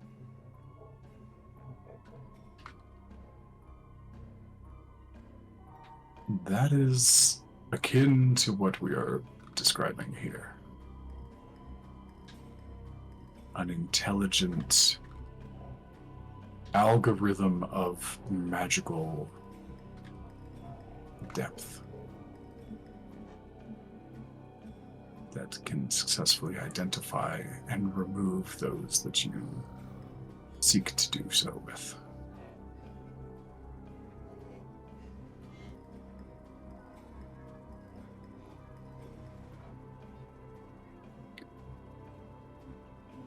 You will need power.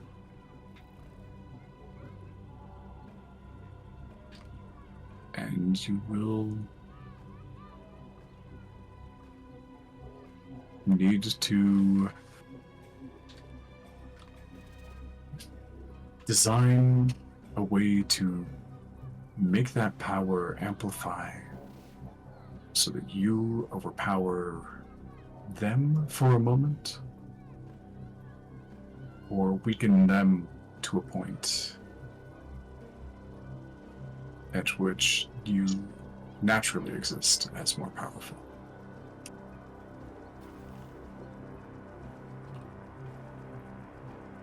I imagine both sound a bit daunting. Yes.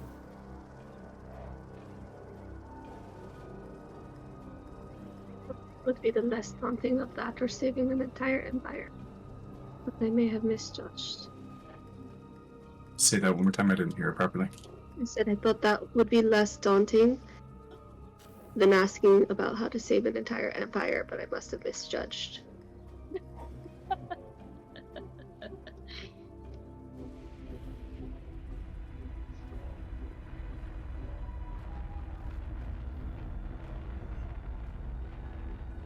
You are not laced with an easy problem to solve.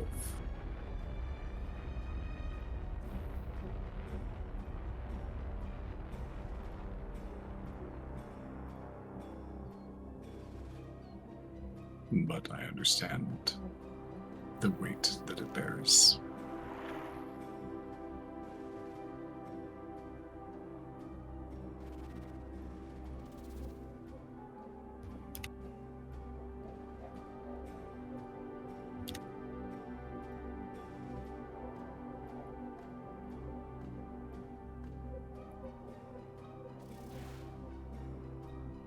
Is there somewhere to start?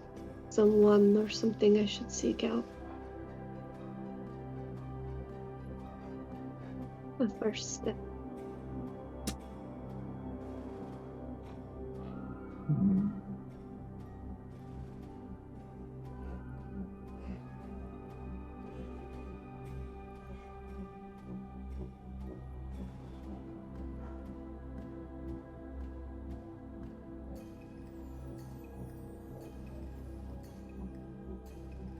There is an anomaly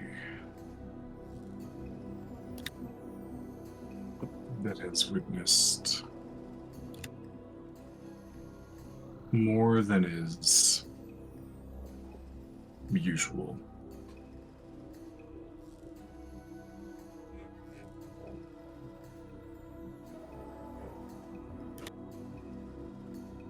He may be able to give you some insight.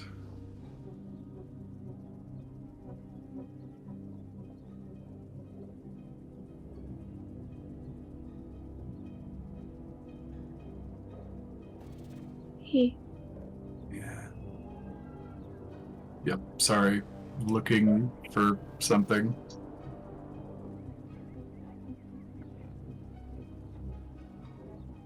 There we go.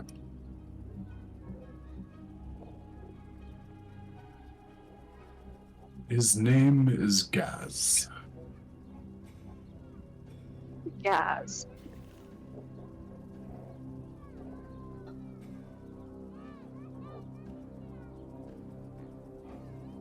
What do you typically see? Or rather, what do you know about things when they seem to have failed the objective of survival in AI? And I don't mean something simply dying.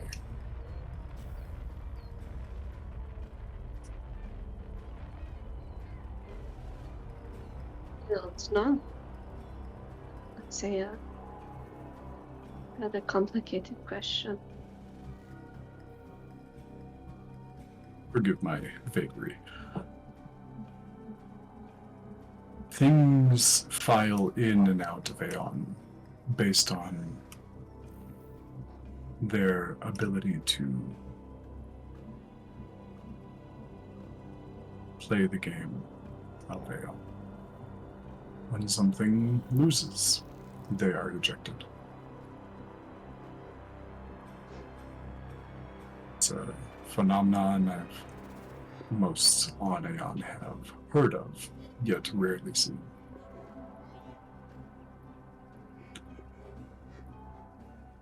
Gaz was part of a people's who lost, and yet he remains.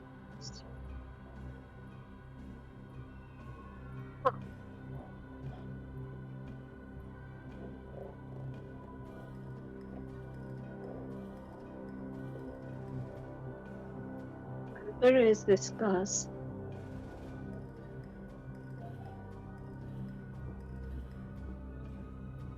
How do I search him out?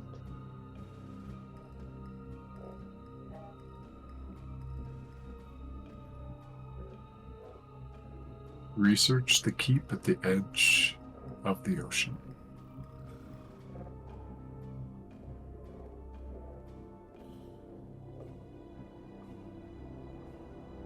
Okay.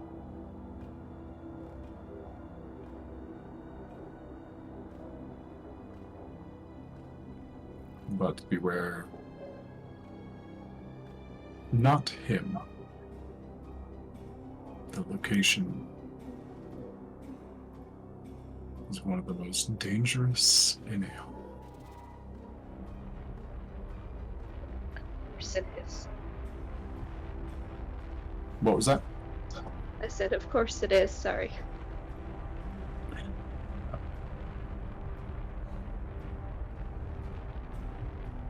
Well, I thank you for your answers. Anyways,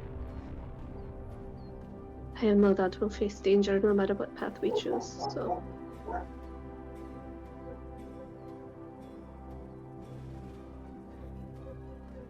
I believe you are correct. Yet, you have proven capable of overcoming danger thus far. To a rather spectacular degree.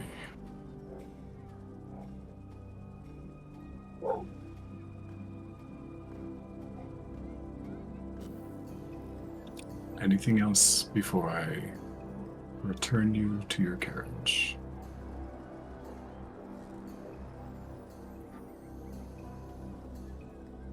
And Dro, I apologize that this feels like an abduction. Dro's just staring at a bookshelf.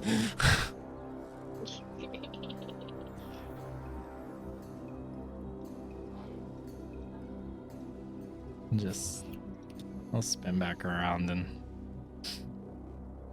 I've been in worse situations. But a little heads up, and not this trippy stuff that you do before this. Next time.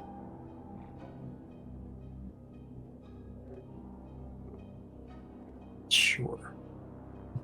He just got a thumbs up, half-ass.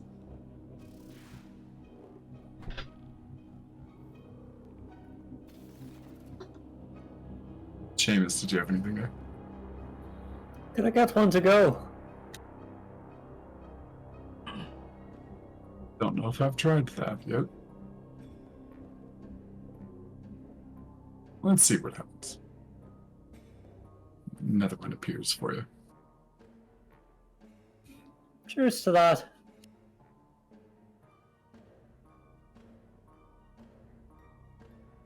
Okay. And he kind of waves in front of his hand, and the scene ripples back, almost like a curtain, fading and returning back to the foresty road. And you are all right back in the exact position that you were previously.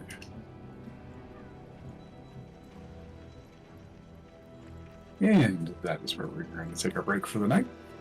So, you guys are all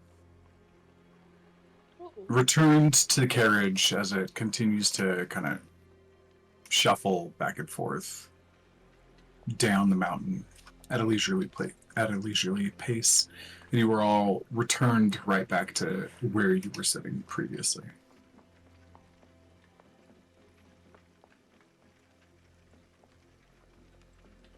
To 4 of you, this is a familiar process. To the 2 new folks, you return to your previous location as if you only blinked and there was a difference, retaining your memories from this odd little philosophical conversation you had. And Dauphin again feeling no presence of magic.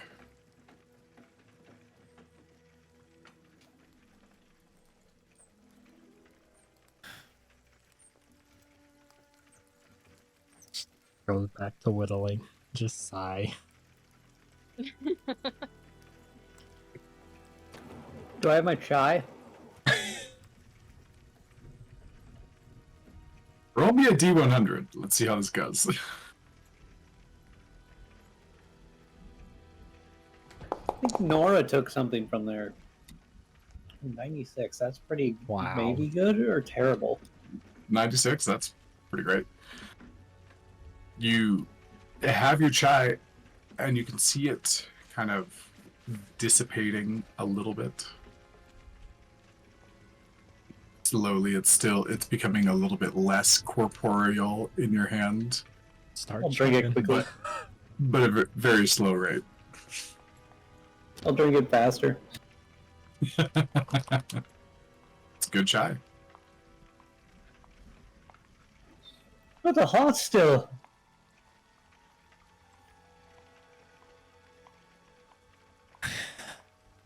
That's always discombobulating.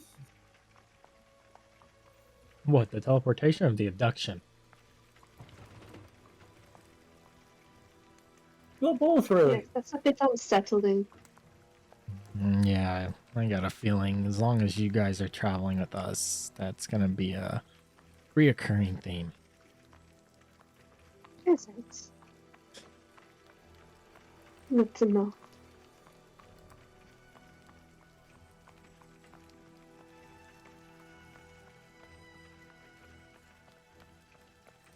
Dro is still back turned away from back towards Yaslin because of her trying to peek at what he was making.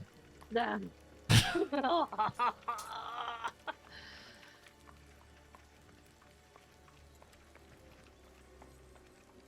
Everyone's Well, so nice. How It's long all have we done. been traveling, by the way, Morgan?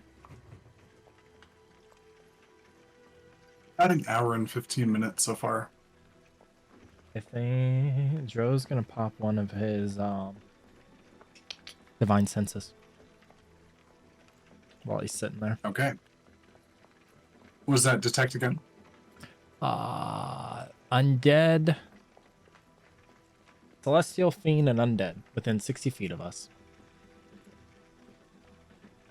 Okay. Dro, it's your turn to do this. Roll me a D100. Ouch.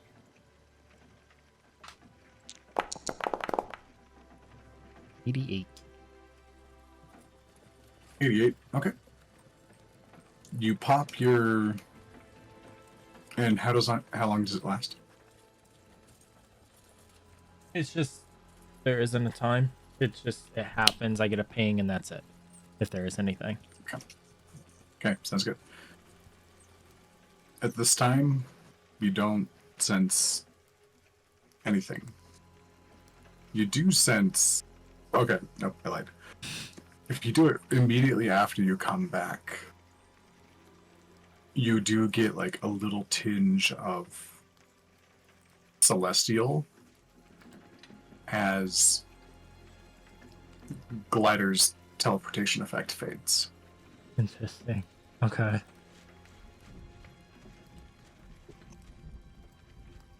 Think under his breath if anyone hear him. That son of a bitch.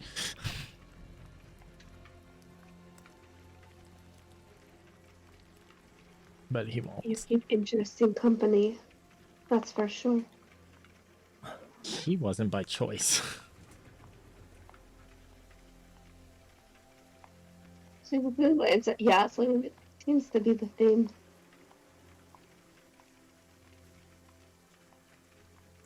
To be fair, Leo and Seamus here had met him first. Then when we joined them, and he abducted us. And now you two have joined us, and you have now experienced the abduction. So, if anything, not pointing fingers as he's blatantly pointing at Seamus and Leo. Their fault.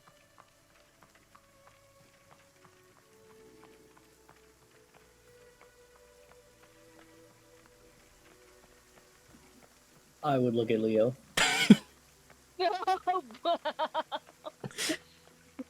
Yeah, the one guy. What did I do? I didn't cause this. Just go back to my woodworking. Out of view.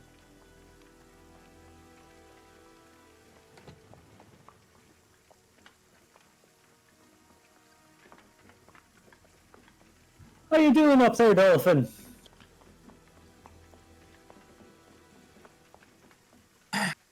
You ask how I am doing up here or what I am doing? It is difficult to hear you over the rolling and the night sounds and the fact that, you know, you are in the carriage and I am outside. I'm just checking on you. Oh, I am doing fine. How are you doing? Oh my god. Sure, I was just gonna look over at Seamus. Just whisper into his head. I suppose I could do that. I'll hold my hand up to my ear and say in the dolphin's head, I'm glad to hear you're doing alright up there. Just making sure you're settled after that. Dolphin is gonna cock his head to the side, look around, and then shout back, is this a very common occurrence for people in this group to speak into other people's heads? This is not comfortable. Welcome to the group. With yeah, with my hand to my He just looks ears. down to- awkwardly. Yes, it is. Oh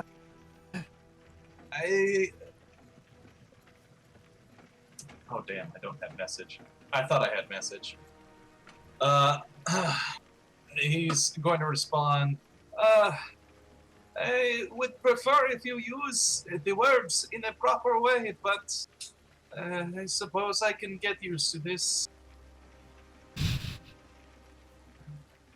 Dro's gonna cast message to Dolphin. Oh, nice. You realize yelling's going to draw a lot more attention, and please, for the love of God, do not yell your response back to this message. This is not expecting a response. Dolphin is going to simply speak aloud. Okay, I shall not yell my response back. And then he kind of looks around, unsure if anyone's gonna keep talking in his head or not. Can we see, is there like a slit or anything we can see from the back up to where they are? Or where he can like turn and look, or is it completely sealed off? So it's more like there's a cart portion, and that's where you guys are, and it's also like dragging, or a carriage portion where you guys are, and then it's also like dragging a cart that has goods in it that are all like covered with a tarp and like wrapped over, things like that. And so you do have like little windows that you can see out of and whatnot, and you can see Dolphin like through the front, like tiny little window at the top of the carriage. Okay, so Dro's gonna walk up and like tap it to get his attention. If you need to talk Dolphin. to us, oh, go ahead. I was just gonna say Dolphin will turn around and look. If you talk through this, we can hear you through this. Dolphin is going to go ahead and speak at a normal volume through, through the hole. He's gonna say, "Yes, I suppose that makes sense. The same thing goes for all of you. If you need to talk to me, talk through the hole. Do not talk through my mind. It feels like a slight violation. Dros. I'm not a very private person, but I still." Dro spins and looks at Margot when he says that. You hear that? I make no promises. Just goes back to what he was doing. Now that the yelling conversation's done.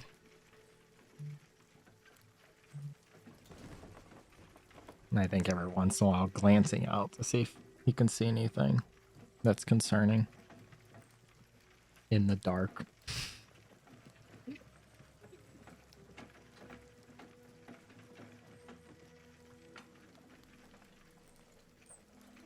Just for context, who I know Leo can't see. Margot can only see with her true sight. Margot, do you have base dark vision? No, I don't. Okay, so two. I'm pretty sure I don't. Let me check that real quick, actually. I don't think we've ever asked. Yeah, no, I have dark vision. Okay. So just Leo, I'm guessing.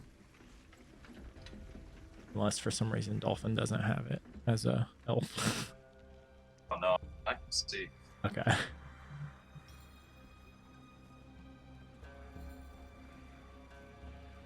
Okay. So anybody who is looking for a perception check, go ahead and give me that right now.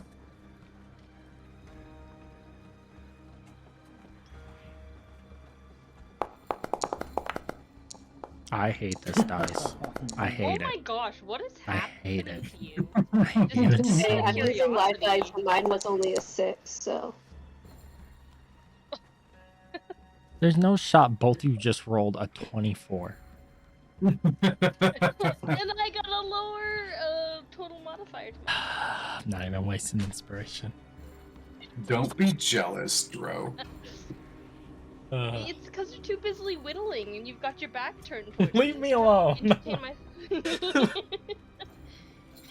Let me do what I want. There's like a bump in the carriage ride, and you gotta like slice the tip of your finger with your whittling knife. It's like just looking at that the whole time right now.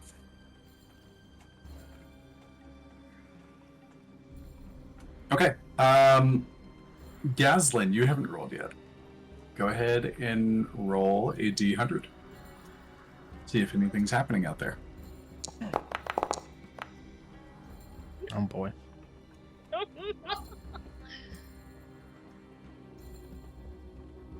I've never Okay. rolled.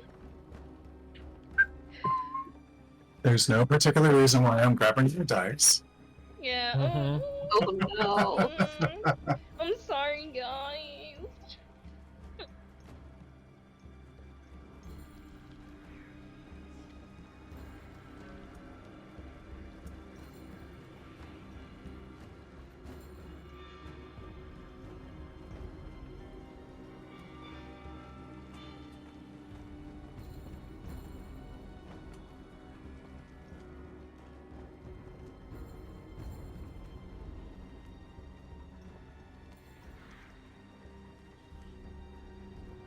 Okay.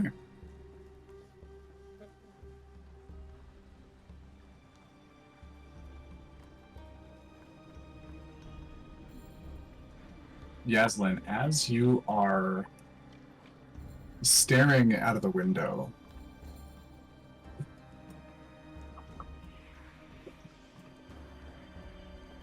with your... You have a hard time seeing this,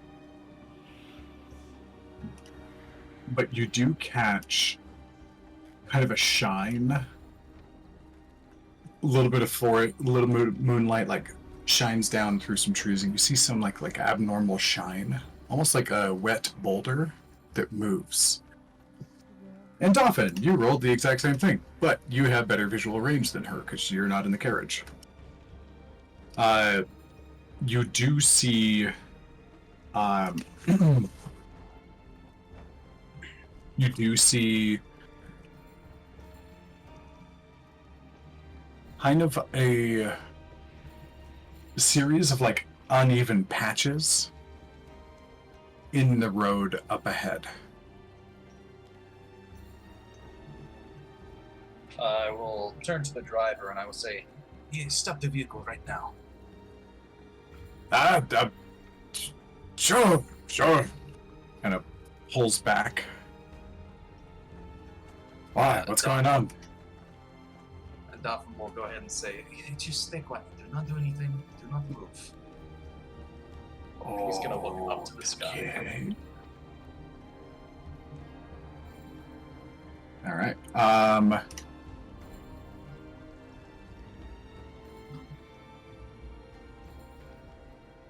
Sorry, music's a little distracting. I don't have it balanced properly. You look up to the sky, and so with that same perception check, you can see the little bird is still following you above, but doesn't seem to make any reference here. I did. I will go ahead and turn to the back of the carriage, and Back of the cabbage. My This cabbages! is. Already, we are in like Cinderella or something. Got it. Yep. I'll turn to the back of the carriage and I'll go, does anybody have something which I would be able to throw?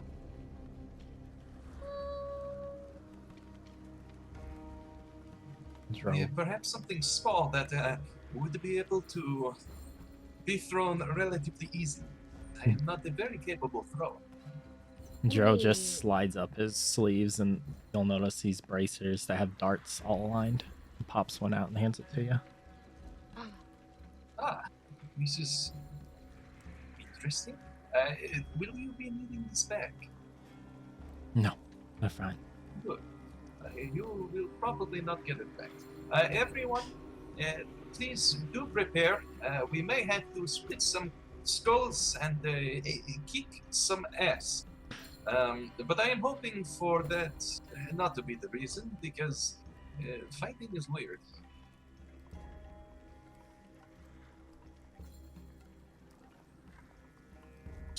Okay, so what do you do with this, the dart? So, first off, I would like to descend from the carriage and roll a stealth check.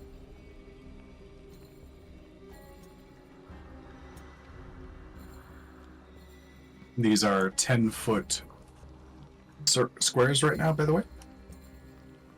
I guess I'll just make this a little bigger.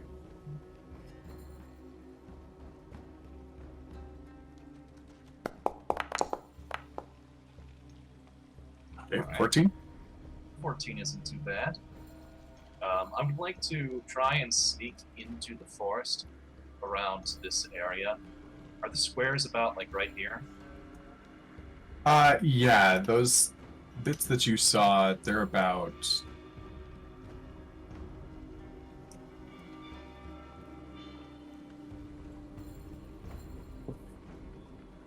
And it's very subtle. You only notice that much because you rolled a 24.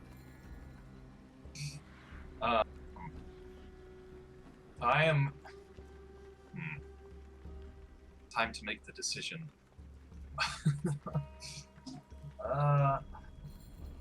There's really no other way to go forward. I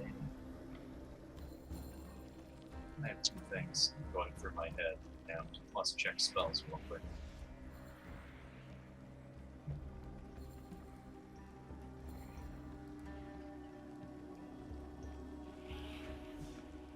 Team, I ask a player to player, are we thinking that maybe there's something in there? Or that these are like spike traps that'll make us fall down? Or like a magic trap, or we'll get ambushed? Or like, what are the thoughts here?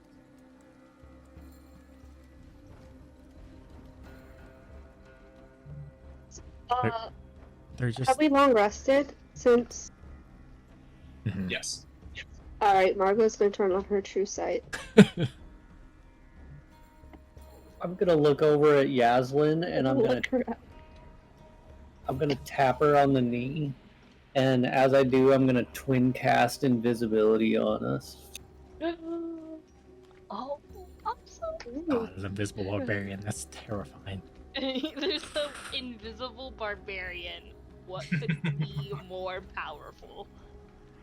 Nice.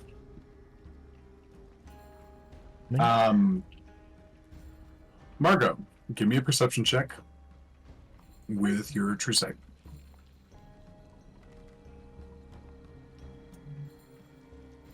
Uh, 17.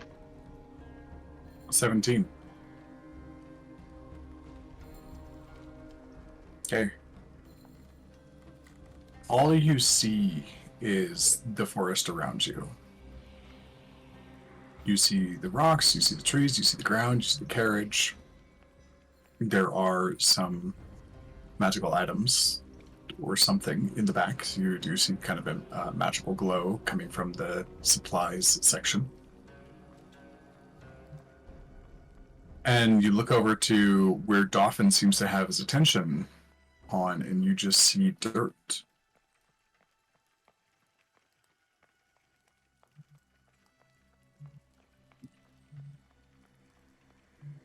All right. I am going. Sorry, go ahead. No, go.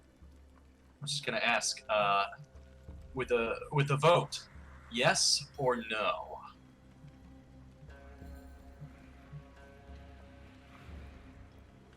Yes. Yes. Okay, that's one for yes. Does the group know about this besides the two that see it? First off. Margot would have been explaining what she saw. Okay. As she's seeing it. Margot and Yaslin, as Dauphin gets his attention on it, they are aware of the dirt. I mean, as soon as Dro sees Seamus and Yaslin go invisible, something's up.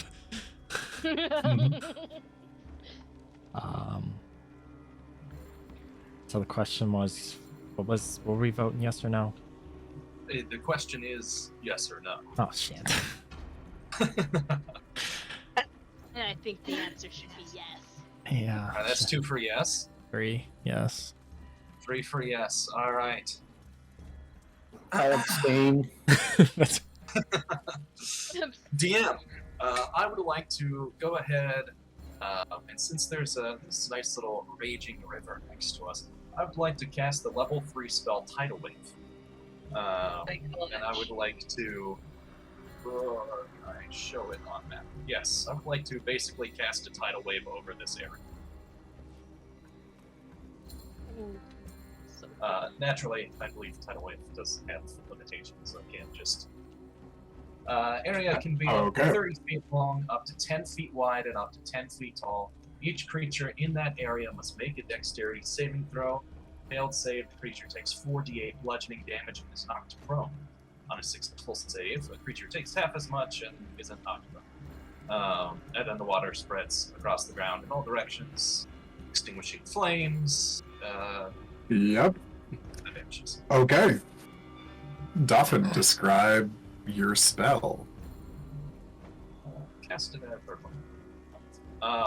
So as he walks out, and he starts looking around, he still can't help but notice just the little bit of uneven patches. And originally in his mind, he thought of doing something with the skull that was handed to him. But the thought of whatever this could be being far more destructive to the environment and nature around, Dauphin decides to instead use the water that is, pretty abundantly there. So what he does is, sitting there or crouched there stealthily, he's just going to go ahead and whisper a singular word as he does a little hand movement because, verbal somatic stuff. He's going to go, Ura. Push his hands forward, and the water is gonna go kind of Lord of the Rings with the waves that come and wash away the Nazgul. At first, it's kind of calm, and then it starts to trickle a little bit more. There's some more unnatural movement into the water. The river flows slightly faster than it normally would, and then it begins to build. It's as if water is pooling from the top of the river down here into a larger That's concerned. group of water. And then what it does is it starts to lift a little bit from the river itself and over the, this particular area. And it crashes down like an ocean wave over this land, washing away some dirt and, various other things that are in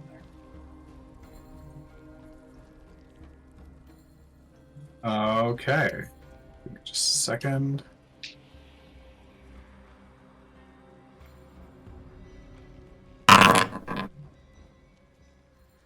What was That was so loud.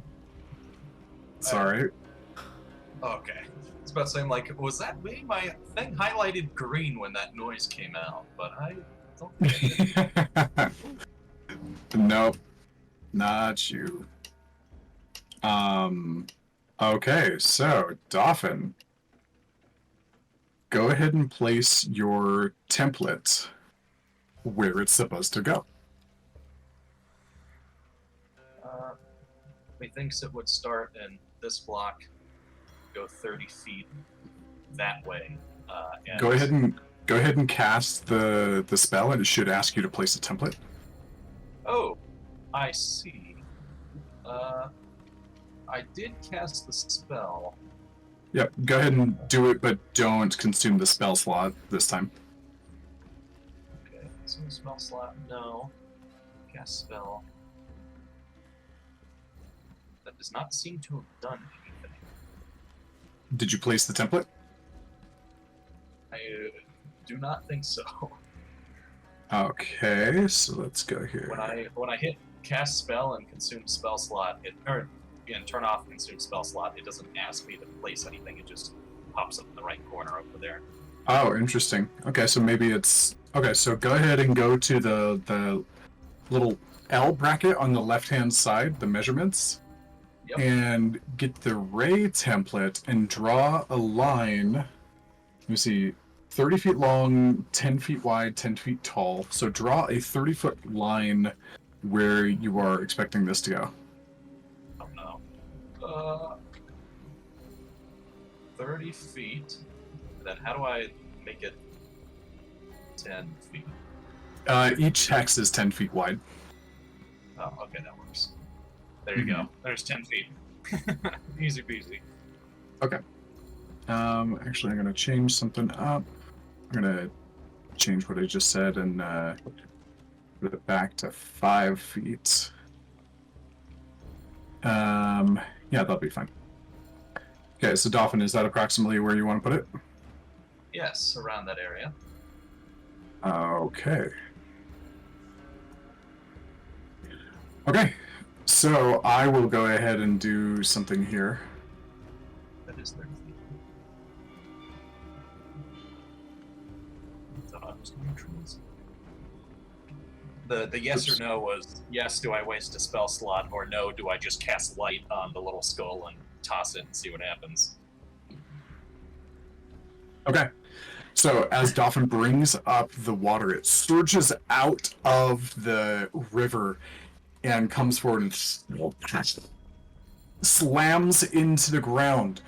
As you see it hit the ground, the water doesn't bounce off and roll. You see it very quickly collapse inward. And the water kind of jumps in and surges down. Little tunnels begin to form in the path beneath you, and they quickly fill up, and you hear screeching, chittering of many different pitches of creatures. And you hear screams, and suddenly you see hooked legs and long tongues and bodies and heads trying to thrash out of the water. As you see, like a swarm of like lizard-like insectoid creatures. Dolphin, go ahead and select all the creatures that are in your space, in the space that you were targeting, and then you can hit damage And it'll force them to roll. But in your damage roll, do a divide by 2 because they had some protection from the earth. Is there a certain button I need to hold down besides just left clicking them? What is it, guys? Double left click for players. Double right click. Double right click. Double right click. Yep. But select multiple? And hold shift. Yeah. Yes. Okay, interesting. Damage, and then is there something in here that allows me to divide by 2? You should click damage, and then it says situational bonus. Just do a /2. /2. And roll.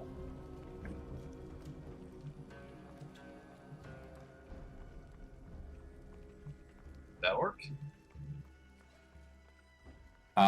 We'll see here. I don't see anything happening yet on the damage side or on the rolling side. Uh-oh. I suppose I'd do it again. I clicked... Damn. Uh-oh. Now it's not letting me click damage. Ugh.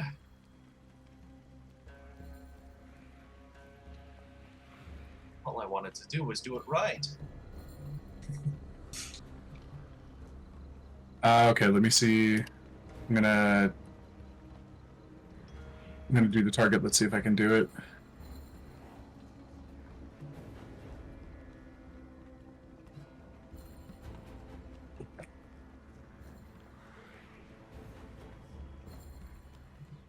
Ah, yep, it is not working at the moment.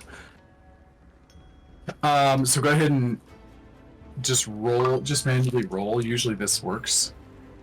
So you go ahead and just roll the damage that it would be divided by 2. 4d8, and must make a dexterity saving throw. So, 1, 2, 3, 4, and then /2. Roll. Go. Are you someone who rounds up, or do you round down? Round down is rules as written. Okay. Okay, going through and manually doing all the dex saves.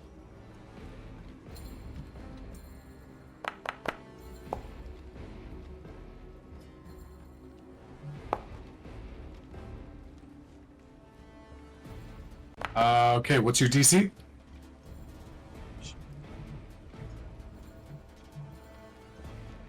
$15, I think he said. I don't play spellcasters. Hold on, it should be under what? Spellbook? Spell save DC 15. 15. Okay, big guy, upper left, he fails. Larger guy on the left succeeds. First little guy succeeds. Second little guy fails. Next guy succeeds. Next guy fails. Next guy fails, and the bigger guy on the right fails. Okay, so, yeah, I just did that right. Okay, and the spell knocks everybody prone, right? Anyone who fails is prone. Anyone who succeeded is A-okay. Okay, these guys are prone. The damage was 9 points, so divided by 2, that is 9 points. The wave comes down, crashes onto them, crushing in this like little tunneling system that they had set up. This guy, he is straight out dead. This guy, -9. This guy, -9. Oops, can I do my math? Clicking too many buttons. Okay, let's try that again. -9. There we go. This guy, -4. -4. And big guy, -4. Oh, nope, -9. That guy's dead too. 2 of them are just crushed in the deluge and pulled away further down the tunnels. Their bodies do not even remain as they are just dragged beyond the site of the battle. Okay. Well, I'm glad And- I throw a skull. All right, and so I'll leave that there. You know, these guys are all wet, but as that comes down, they all, like, if they're not prone already, they begin to, like, drag themselves out. 3 more little ones that were not affected by the water just scurry out of the dirt and just stand forward towards you. Just and let me drop everybody's tokens on the board.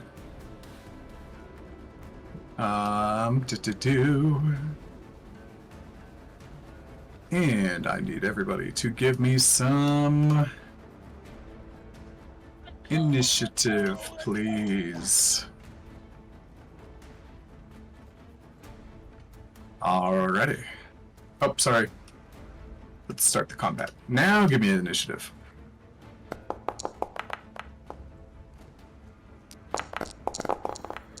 Oh my god.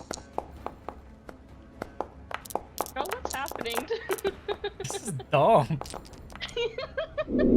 Everybody's allowed to have an off day, okay? Fair. Whose dice is that? My initiative is a 4, so. Yep, Wait, you also got a what is natural 1. Yeah. Okay, Sure is. so starting off is one of these guys. As the water is inside of his tunnel, I'm gonna give him difficult terrain to try to get out of here. So he's gonna start like trying to get out of the water and coming forward.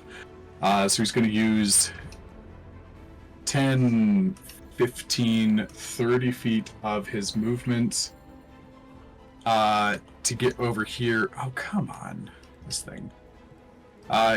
Get over here, just like, and then like rushes up and like comes down and like stabs leg at Dauphin. Oh, interesting.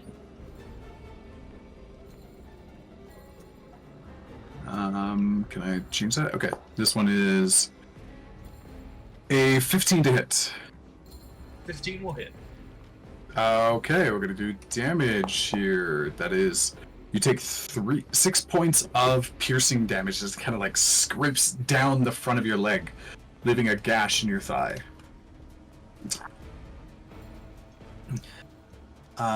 Next up is my next guy. He's also at, I don't know why it doesn't let me do the cool moves. This guy is going to come up and attempt the same thing. He gets advantage with pack tactics. So that'll be a 17 to hit. Okay, this time that'll be 7 points of damage as Dauphin, as they start scuttling up out of the ground and rushing over and doing a couple of quick slashes at you. Dauphin, it is your turn next, responding to being pierced twice. The tank is not scared. As my bonus action, I'm going to go ahead and summon the Spirit Totem. Okay. Oh, did I finish my job on that? Nope. No, I did not. Go ahead and describe what you're doing while I do a thing. Dauphin is going to go ahead and yell out, "It is now that I summon you, Spirit of Hidu. This is what I need you for."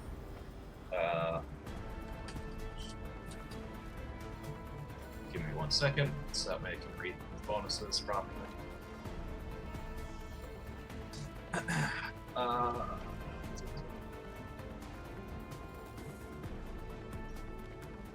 we go. So, the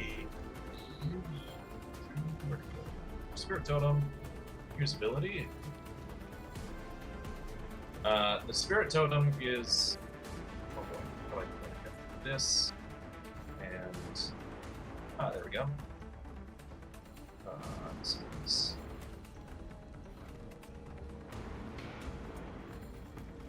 30-foot. That's right. I thought so. Oh boy.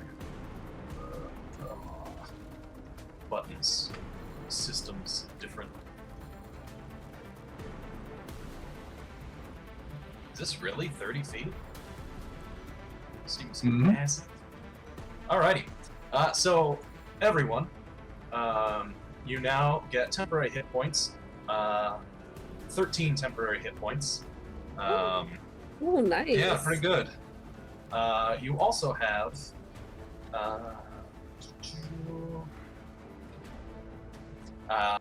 everyone also gets advantage on strength checks and strength saving throws as long as you are within the aura. Oh, nice.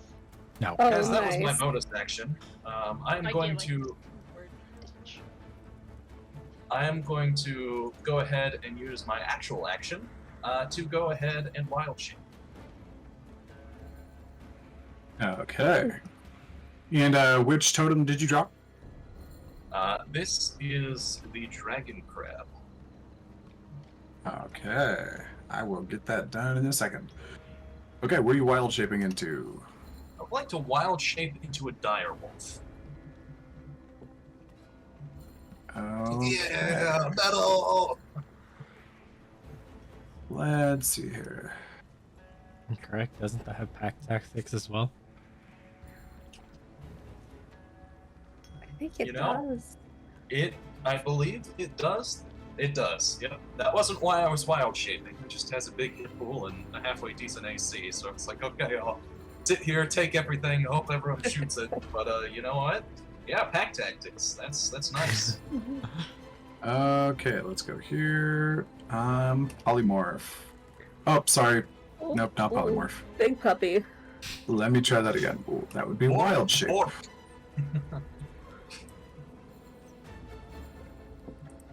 Okay, It let me was so make small compared to that. There we go. Yep, that's fine. Okay, so I'll put you over here since you're not, so we don't have you standing on him. Is a direwolf really a large creature? It is. I is guess a it large is. beast. Wow. Okay, did not realize that. Okay, Oh. direwolf is done. Or direwolfing is complete. Indeed. I do not have anything. Yeah, I don't have anything else I would be able to do. So I will go ahead and end my turn. Okay. Next up is Yaslin. You are still in the cart. Yeah, so would I need to get out of the cart this way? On this side? There's doors on like both sides, so you can I get just out. run through. Yeah, basically it takes your item interaction to get out of the cart. Good. How about here? Tactically, I will rage, and I think my tail will come out. Okay, go ahead and give yourself the tail status.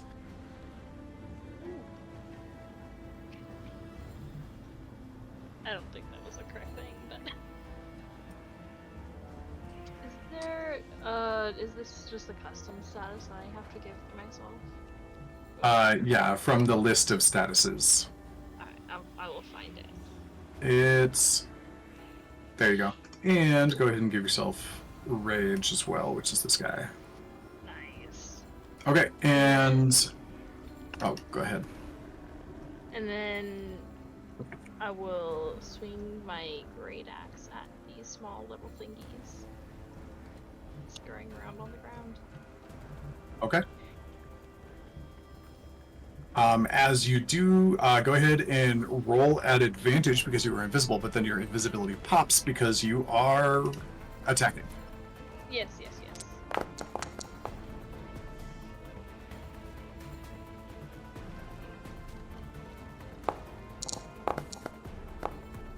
Oh. Please get Okay. Hmm. Okay, 23, but then kind of wimpy. Yeah. All right. But that one really didn't have much left as it like kind of crawling out of thing, or as it's kind of like moving forward. You could see like parts of its like face are like kind of like dented from the earth collapsing on it, and it doesn't have much health. So you take it out, chop it down, no problem. I'm gonna swing at this one right here. Okay, I feel like I shouldn't be wasting these on these bugs, but... Yeah, wasted on my wounded minions. Talk about overkill. Jesus. like spraying up dirt and... Yep. Okay, so sorry, 1 second. Just trying to get the rest of this ready to go. If I were these creatures, I would be so afraid right now after this barbarian appears out of nowhere, like had been just like slammed by a tidal wave and then a giant dire wolf and like They just yeah, this crawled out of the tidal wave and got crushed. yeah. Bug. Yeah, right. Absolutely squished. Alright, cool. And I think I'm gonna step right, actually I'm gonna step right here.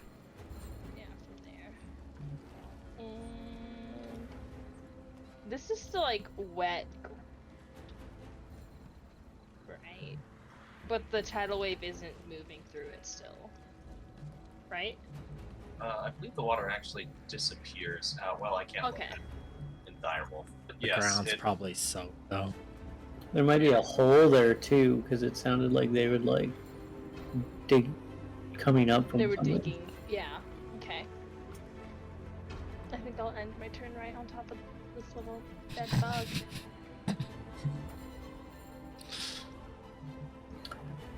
Dolphin, did you Try to- describe what your totem looks like? I have in the past, but I can again. Like, What was it? Sorry. so essentially, what it is it is a crab that has its little feet implanted in the ground, and then it leads up into the base of a staff that is slightly rounded, and then it's got two little claws sticking out the top. The top of the totem looks a bit like the head of a crab. Everything's kind of crab-shaped, and the totem itself looks very... It looks like it's covered in dragon scales. With that being said, the totem is a spirit totem, so there's technically no physical totem there. It's just like an ethereal form. Can someone Is this the like crab dragon? Yeah, the dragon crab. can dragon crab? someone move into that space? Out of curiosity. I think so. Are you guys seeing me drop a bunch of duplicate things or nothings? I don't see see these anything. weird little small Oh, thingies yeah, right that's here. totem. Okay. I can't see them, so I think my system's still freaking out. Oh yeah, I just moved. And I'm- That's weird. There's two of them. Yeah, my forge is wigging, so I'm gonna refresh it. Yeah, honestly, that picture is pretty accurate to what the dragon crab totem looks like. That's cool. Nice. The spirit totem says it counts as neither a creature nor an object, though it has a spectral appearance of the creature it represents. Up to the DM if it takes a physical space or not. No, these don't take up physical space. Okay, so they were showing up properly. My forge was just freaking out. So there you go. There's the larger picture for everybody. It's so cute. I love it. What a plushie of it. To be fair, this saved our ass in your Wouldn't dream that be realm. an adorable plushie, though? I do want that as a plushie. I keep it right there in my bed. Mm-hmm. Okay, and also, Dolphin, you should have access to your other totems as well. Oh, huzzah! Mm-hmm. As I'm just going through and updating the last couple of things here. Yep. But this was a fun little project to work on to create a bunch of like totems for him. Okay, cool. So that's the dragon crab. Go ahead and put it wherever you intended it to be. I believe it was like in here. That makes it. I mean, I guess it's kind of more on top of where I am now since I was moved. But Yeah, that's fine. enough. Okay. Got that back up and running, and now that I'm not screwing with things on the back end, my forge stopped freaking out.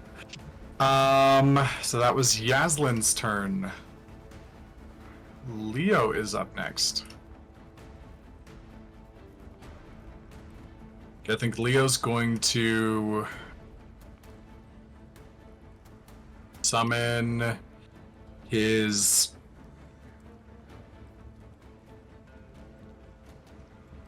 Leo's going to summon his Marcus. And Marcus is going to be 15 feet up in the air. And he's going to go right after Leo, so I'll put him at 15. And Leo's going to get out of the space and just begin walking forward in kind of like a defensive, and he's going to take the dodge action since he can't use his item interaction to draw his sword. Marcus is going to essentially do a flyby. Let me see, he's got 40 feet of movement here. He's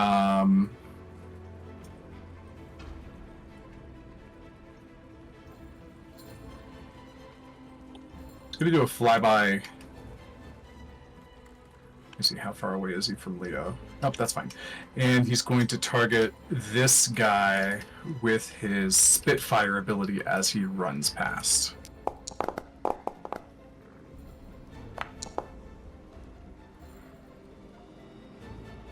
Okay, so he fails, and there's like he flies by him. Just a little bolt of fire like hits him in the side of the head and begins to sear a little bit.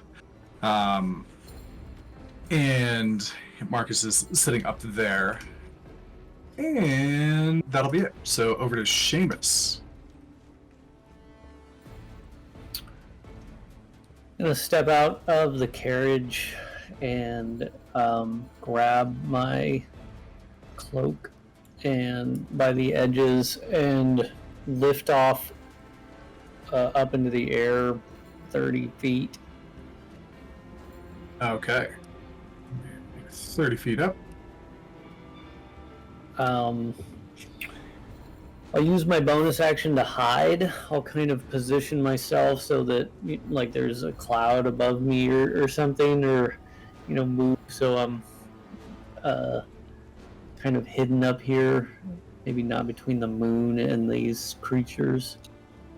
Okay. I'll allow it, but it'll be a disadvantage for the check because you don't have something physical. You're dealing with things that are a little bit more tricky.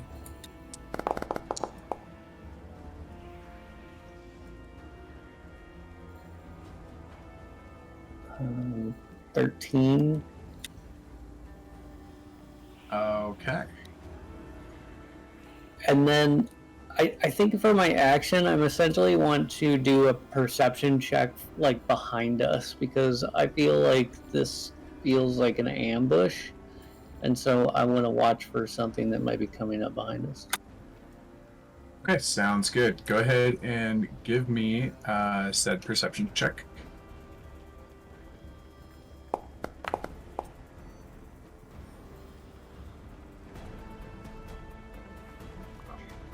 Awesome.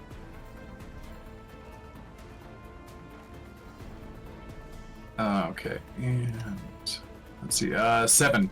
You get up there and nothing catches your eye at the moment because there's this little black bird with silver and blue that like almost runs into you and like takes your attention for a moment. Sounds good. I think that's it. I'm invisible. I'm trying to stay invisible. Okay, cool. Next up is my bigger guy, the one that got spit on by Marcus. It's gonna turn around and it's gonna like latch its like front legs on top of the dirt and like kind of pull itself up, getting out of its prone status, using 15 feet of its movement. And it climbs out no problem. These things do have a climb speed, so it's going to get out and it's going to target Marcus, and it's going to like kind of like arch its back and like throw two of the spines that are on its back towards Marcus. Let's see here. No, not at advantage. Stop asking me for advantage when you shouldn't have it. Okay, first one, Marcus dodges as it goes a little bit wide in the air. The next one is a 19, and that'll hit. It's a normal amount of damage. That'll be 7 points. Marcus kind of takes like a graze in the shoulder as it flies by. That'll be that one's turn. Big man is up. He did not get knocked prone. Wait. No, he failed. He should have taken the full 9 points of damage, and he was prone.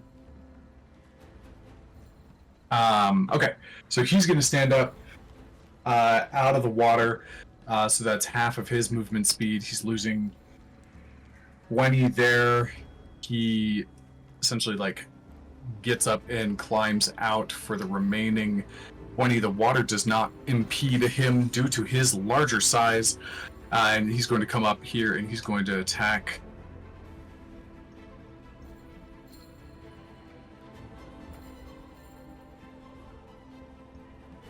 I think we just lost him. I was on the edge of my. I know. Everyone's internet mine seems to be. Knock on wood, Lily. Listen, mine was actually like so bad yesterday, but it's done really good today. So like, I'm actually shocked I'm here right now with Hurricane Idalia right above me. oh my gosh, what commitment! The sandbags are around the house. I mean, to be fair, what are you gonna do? Tell it to like go away? Yeah, what else am I gonna do? Just sit here in silence? Just sit here in my wallows in sadness. Yeah, right. How is it? Like, how bad is it right there? It's just constant. So there's not a lot of bad winds actually, but it's just straight raining for the last several hours, basically all day. There's no more road in front of my house. I mean, there is a road somewhere under the river, but There's a road somewhere under the river. Well, that's a depressing statement. You have to deal with the water in real life, and then in game you get a tidal wave as well. yeah. All the tidal waves. Okay. Alright, I'm back. And I've closed some tabs, so hopefully that stops happening. Alrighty, so he's gonna come up and he is going to use his acid spray ability.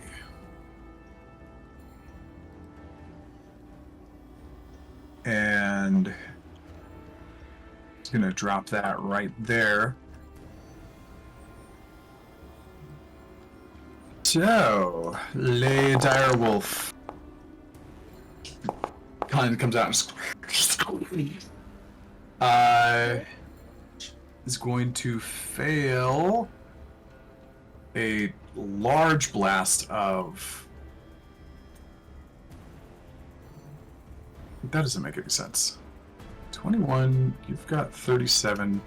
That should have hurt you a lot more. Oh, temp HP, that's why. Okay, that makes sense. Okay, so a large blast of acid, like, comes out and, like, burns the dog, and suddenly there's this acrid scent of burnt dog hair. And it splashes the side of the caravan as well. And the dwarf is also the victory saving. From above you guys, you would hear, "That's my investment!"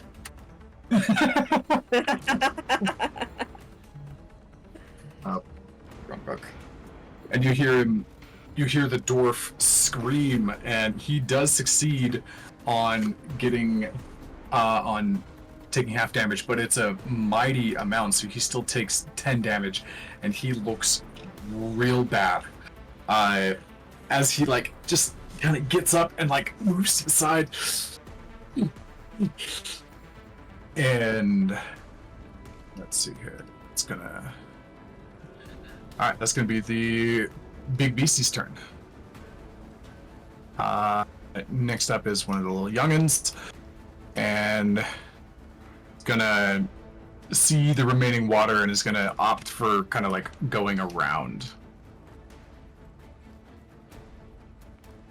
Aye. So that guy's gonna go over there. The next one, this guy was not prone, so he's going to come up and come over here. The big dog does seem to be the largest threat. So he's going to come up and do a multi-attack on the dog with 2 of its stabbies. And this is an advantage because of pack tactics. That'll be...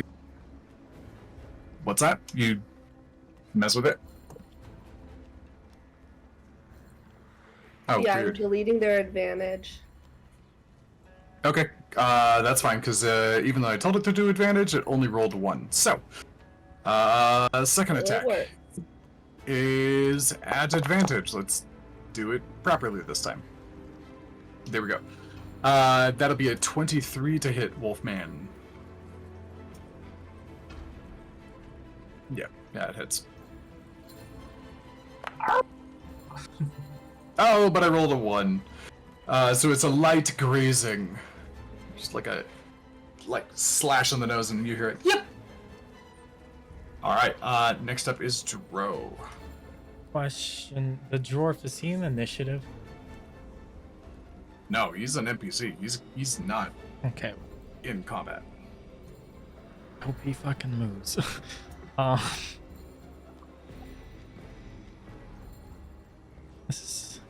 I'm right. This should give me 60 feet.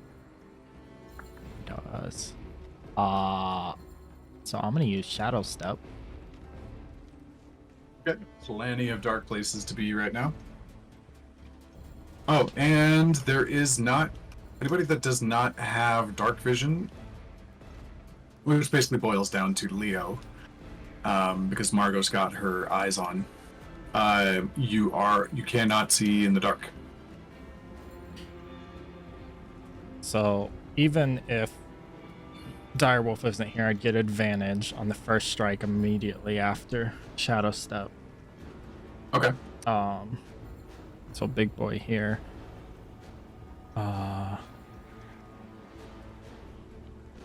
Okay, yeah.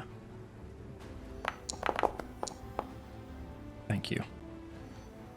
Nice. On top of the damage, stunning strike. Oh wait, can I do that with my sword? Yeah, you can do Okay. stunning strike with any attack, any physical attack. So he needs, I think it's like a low DC. I want to say like a 13 con. I want to say. Okay, here we go. I'll double check that. I know it's con. I just don't remember the DC. Natural 20. Love that. Cool. Okay, so because natural 20, and this is what's coming to my head, Dro, you go to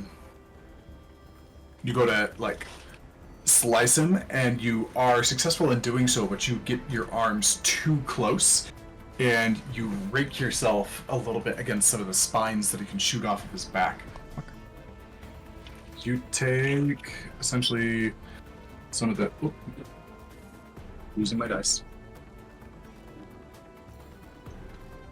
You take spine damage of... Come on. 7. Max damage. As you, like, rake down and his body, like, kind of reflexively, like, juts them out a little bit further. Ow. Okay. Another hit. That's annoying. This would... I'll still be at advantage because... You know what's funny? I don't think I rolled that last one at advantage. Oh, okay. Yeah, go ahead and see if it does. I'll roll it. I'm doing a thing, so Okay, so that just a second. that would have been the second hit, or not the second. Whoa. Okay. So this is the second hit now. Let's do this at advantage. Thank God. We're gonna pump Divine Smite into that. Okay, because Paladin. Yeah. Now here's the fun part. How do I implement that in top of this? I'll just roll them separate for right now. There's that, and then...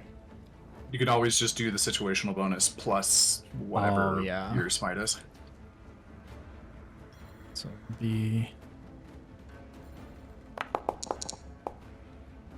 An additional 8 radiant. Okay. And Nice, a couple of slashes there. The frost kind of builds up the side of the creature. I'm gonna, with mobile, get the fuck out of there. Because I saw my... You cannot move through his space because he's an enemy. Oh. Measuring tool. Trying to get my camera to go over. Just off I go. Okay, and no attacks of opportunity because you're mobile. Next up is this guy, and basically he has enough movement speed to get up and move here. But he is going to attack Yaslin with his stabby leg. Yeah, stab the woman and just cut the 2 in half. And that is a 22 to hit, but this is at advantage, so I'm going to actually do that again. So a 22 or... Oh, that'll be a natural 20 for a 25. Oh no, I didn't get my reaction back yet. Don't worry, I'm raging. This damage could be more like a little tap on the shoulder to Yas. Mm-hmm. It's alright, it's decent. 8 points of damage. Yep, that did have it because it was 13 total. Wait a minute. No, it was 5. No, it was 5 overall. Oh, I'm seeing the 13 is the amount of temp HP you had. That's what it is. Yeah. Okay, Yaslin, as it hits you though, it gets you kind of unexpectedly. And make a Constitution saving throw, or actually make a Strength saving throw to avoid like pulling you to the ground and like making you prone. I am barbarian, so I am good at this. Yeah, you fine. Okay, Margot. Whew. Okay. Let's go big or go home.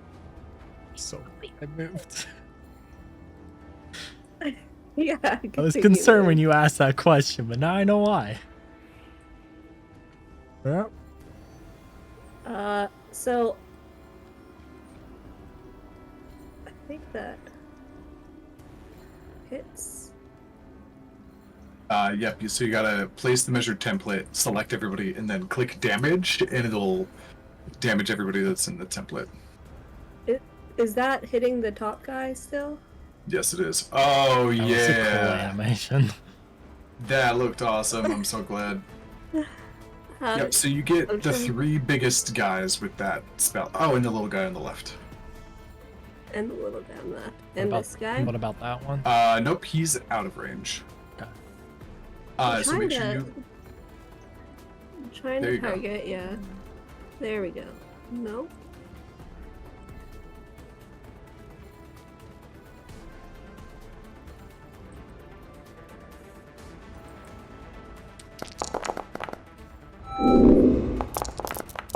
Okay, several dexterity saving throws come out, smacking many of them. The big guy. Really high saves. The big guy fails. Others succeed, but the big guy took the brunt of it. The little guy, he's dead. He didn't have much to deal with, and the other two are badly injured. As you start to hear like more shrieks, the water in that area evaporates very quickly. A bit of a steam bath over there now, and Okay. you smell like scorched chitin and flesh, and they are very upset. So Margot is now, because it's nighttime, glowing. The 5 feet around her is glowing faintly green as green tendrils of magic swirl around her now. And she's gonna quicken, spell, and blight this guy. Oh 'Cause my why god. not? Okay. She did not come to play.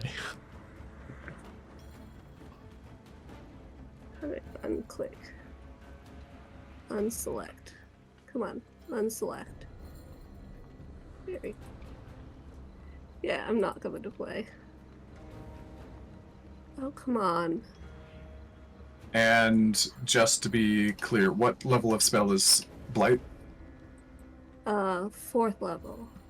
What level? So with my rules of like you can do 2 spells in an action, that only applies to 3rd level and lower. Okay, even with quicken spell? Yep, even with quicken spell. Okay. Because Fireball because- is 3rd level, but I cast it at 4th level because I didn't know that. Oh, okay. Yeah, because 4th level and above is where spells start to get very strong, and Okay. casting two of them in a row can be outrageous. That's fine, I'll just quicken spell another Fireball then. That's doable. I'm so glad I moved.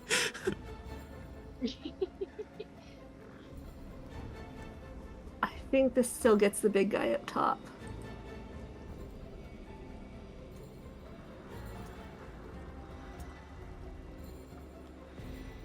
All right.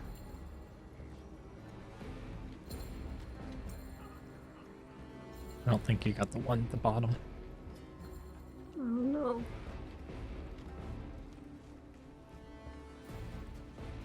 There we go.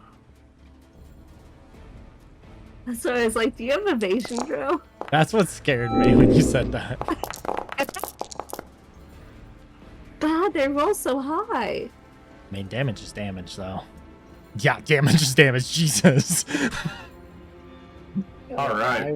The main big guy. And then she took just both of them. sit back in the cart and be like, you guys got the rest. You see Yaslin just go. Dro flips her off. Oh god. Okay, so that one's dead. That one's dead. That one's dead. Just let me remove all of my combatants from the fight. Okay. So Dolphin Wolfen, you're up. And this thing like Did I gets set hit, the like, forest hit a on couple. fire again? It gets hit a couple of times and it's just Oh god, damn. looks very much so like it wants to run away now. Oh, there will be no running. It is kill or be killed in nature. Translated to dog talk is rawr, rawr, rawr. Exactly. Just roll the attack before rolling damage. Did I not just roll? Hey. I would like to make the bite action. Yep. So you target it, hit advantage is what it says right now, but that's just like a default setting for since you have pack tactics. Just make sure you click on normal, and then you should be able to do that.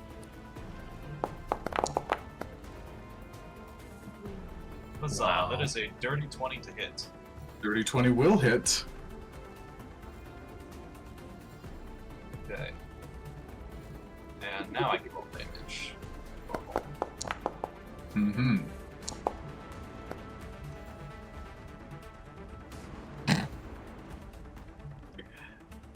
Huzzah. How do you want to do this?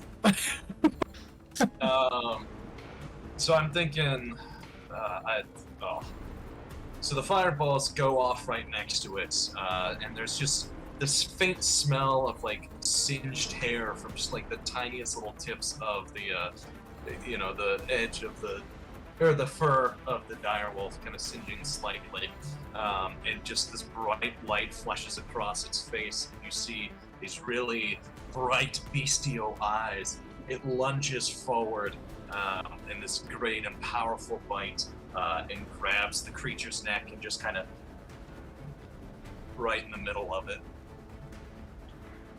All right, just piercing. You hear like a guttural like surge come up as like of fear and pain, and like blood like boils out and like drips between its like sharp teeth, kind of dripping on the top of the wolf's head and sliding down its fur. And it goes, and it goes limp, and the kind of long fleshy neck just drapes limply like a worm out of the dire wolf's mouth. I'll go ahead and just kind of toss it off to the side, and then it's this. What's the? I never remember. Oh, I just lost. Okay, it's back. Who knows what's happening anymore?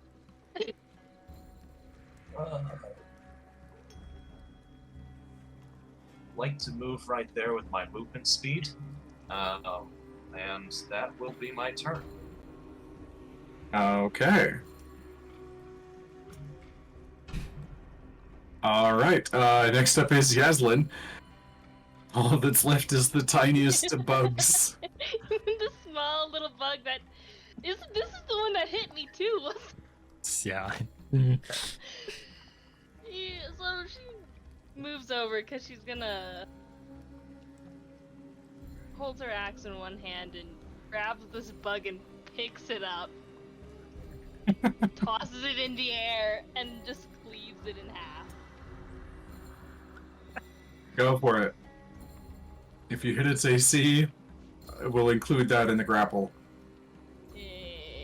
I think what we do is obvious. Oh well, I'm flanking right now. Oh my god. You somehow missed this. Yeah, if I missed this, it would have been a sad day.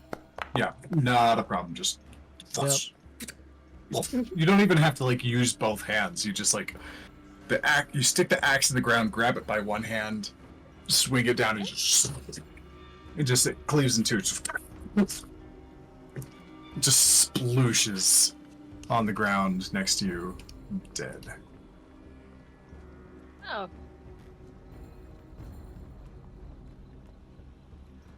I Alright. like looked at the charred remains of the other ones. Like, well, I was hoping for a couple more things to beat up, but I suppose Shiro just pushing some bugs will just have to satisfy me.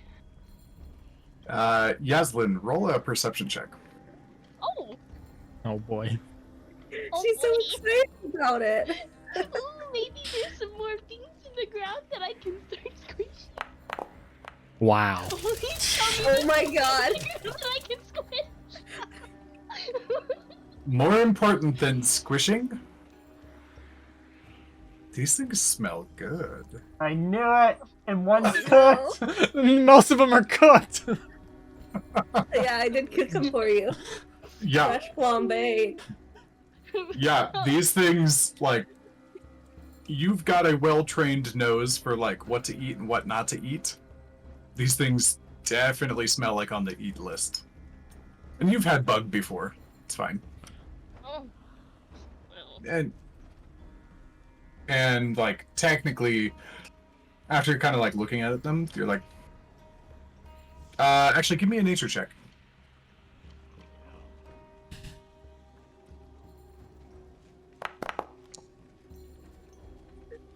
No, that's fine. Yeah. These things, based on what you know a lot about like animals and like categorization and stuff, and just like technically these things are probably lizards. Lizards are usually fun to eat. Well, you know what? Sure. Finds one of the small critters. And she'll pop it in her mouth. Little field snack. It's not that small, but you could definitely like yank off a leg and go. Yeah. At least it's good. Tastes nice. It's kind of got like, it is a little bit like stringy, but it's a nice like resistant texture, kind of like a bit of a thicker steak. It has kind of like a natural acidity to it that tastes kind of nice, almost like squeezing a lime over a steak. These are actually pretty good. Margot's gagging a little. Anybody else want to try some of this? She Dro's shaking his head no. swings it around. But Dro's gonna grab Margot's shoulder. Do you Mhm. realize where you made that fire? I was there. Right? Just like No. death stare at you. If you're ever in the way, I have ways to make it less painful. Or you just say move. I can you don't. move. Just stares at you like You're fine. I don't know what you're on about. just looks over the shoulder at everyone else. Just next time, you love to talk to us, even in our head.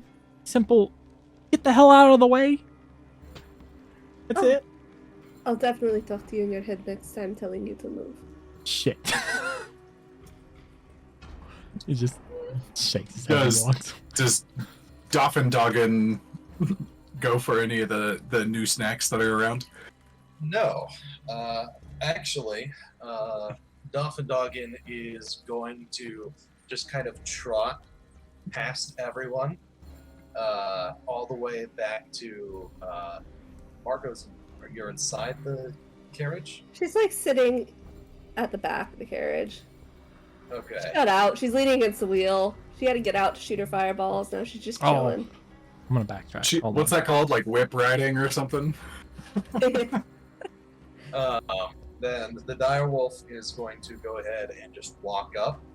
It is going to stare at you in the eyes, and it's just going to like heave.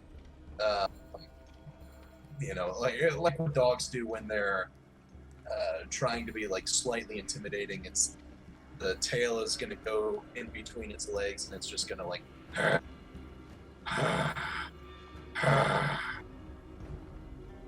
She's gonna mind link with Dolphin and be like, now.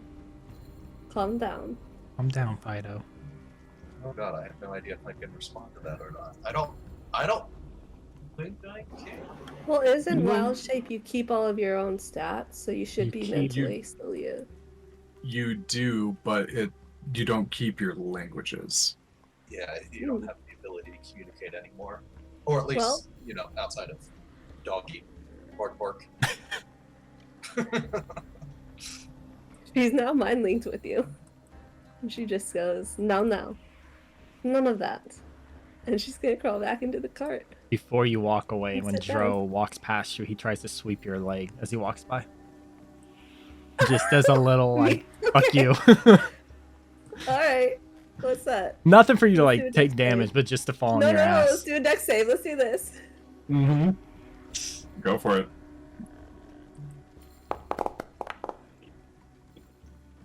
As expected. Not that great. I don't even know if I roll.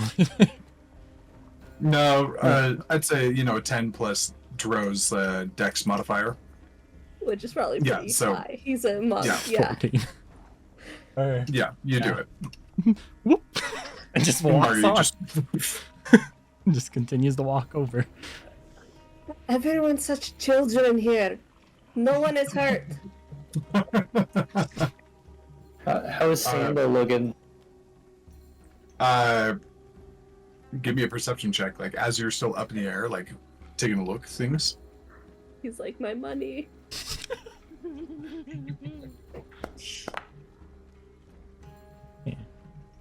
13. Yeah, I'd say your attention is on the dwarf. He is looking pretty bad. He's like curled up in the corner and like not really moving. You see him just like in utter pain, just Is he benefiting from the totem? yeah, he would have benefited from the totem.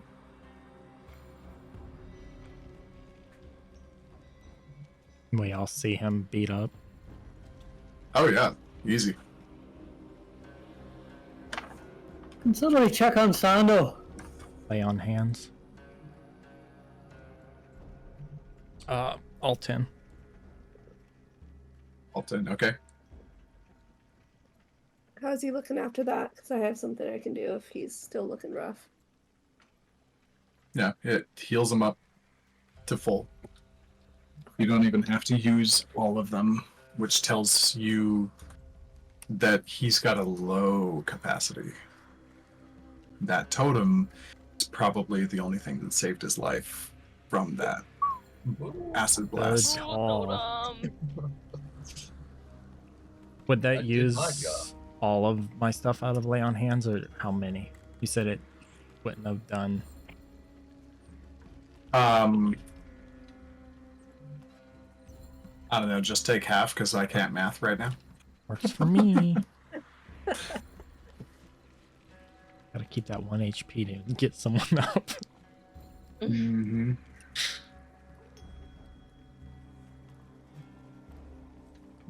Ugh. Margot, do you walk back around the wagon to us? Yes. Joe just kind of looks up. Man, your balance is a little off, ain't it? Yes, I'm sure that's what it is. Sure you don't want any of this, lizard? Nope, I'm positive. You're the one who cooked it. Under my You know breath. what, Yasin? You're welcome, she says, looking at Dro. Well, when Very she welcome. says, when Yaslin says you're the one that cooked it, and I was like, and almost me. Oh, well, she glances back over to Drone, kind of inspects him. You look fine. I wasn't even touched. Don't take her Yeah. side. I'm just saying, I don't see a single singed hair on your body. Because I'm too fast and she couldn't hit me. And just looks at Margot. That's not a I challenge. wasn't trying. Thought we could Mhm. make a game of it. Nope. Nope. I played this game with Yaslin before and I lost. No. Listen, you might have an easier time with her. Oh, I have a actually, you know what? Sure. I can take away your vision. It's fine. Oh, wait. No, I can't. Oh, Can yes, I you? can. Are Can you sure you- about that? Not when she has true side up. Yeah, but I know how long We it don't lasts. Okay. She's just gonna be a little petty, and she's just gonna cast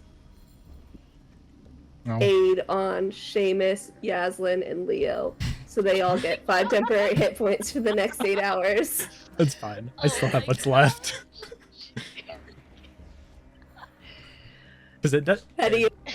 It doesn't Petty is s- love language. it doesn't stack, right? It's just whatever's higher. How do you 8 do is that? maximum HP, not Yeah, it's- temporary Oh, HP. max. Okay. Increases your max and current hit points by 5 Oh my for the gosh. next 8 Well, hours. Why was I thinking 10 for some reason? Don't mind. Well, Yaslin. it depends on the level you Barbarian. cast it at. Oh, okay. So when we were Mhm. doing the fire stuff, you were upcasting it? Yeah, Okay. I was upcasting it. Right now, I'm just doing this to be petty. Okay. That's fine. I like how we're frivolously using spell slots right now, and I'm sure it's gonna come back to bite you in the butt later. Wait. Well, I don't know. don't Maybe know those extra what hit you're points talking won't bite about. you in the butt. You guys still have the extra hit points Yeah, I mean, I honestly, I won't say no to hit points. I'm for 8 hours, so. Okay. So as the team banter continues, you guys do manage to get yourselves back together in the cart. The cart is singed. It's only the carriage portion that was really hit. It wasn't the cone was not wide enough to really like get to the back where the cargo was, but your overall the overall defenses of the carriage are withered and less functional now. Is it something I can repair with mending as we go along the way? I'd say you could probably repair about kind of get it up to like an 80% back to 80% strength. You do about a quarter.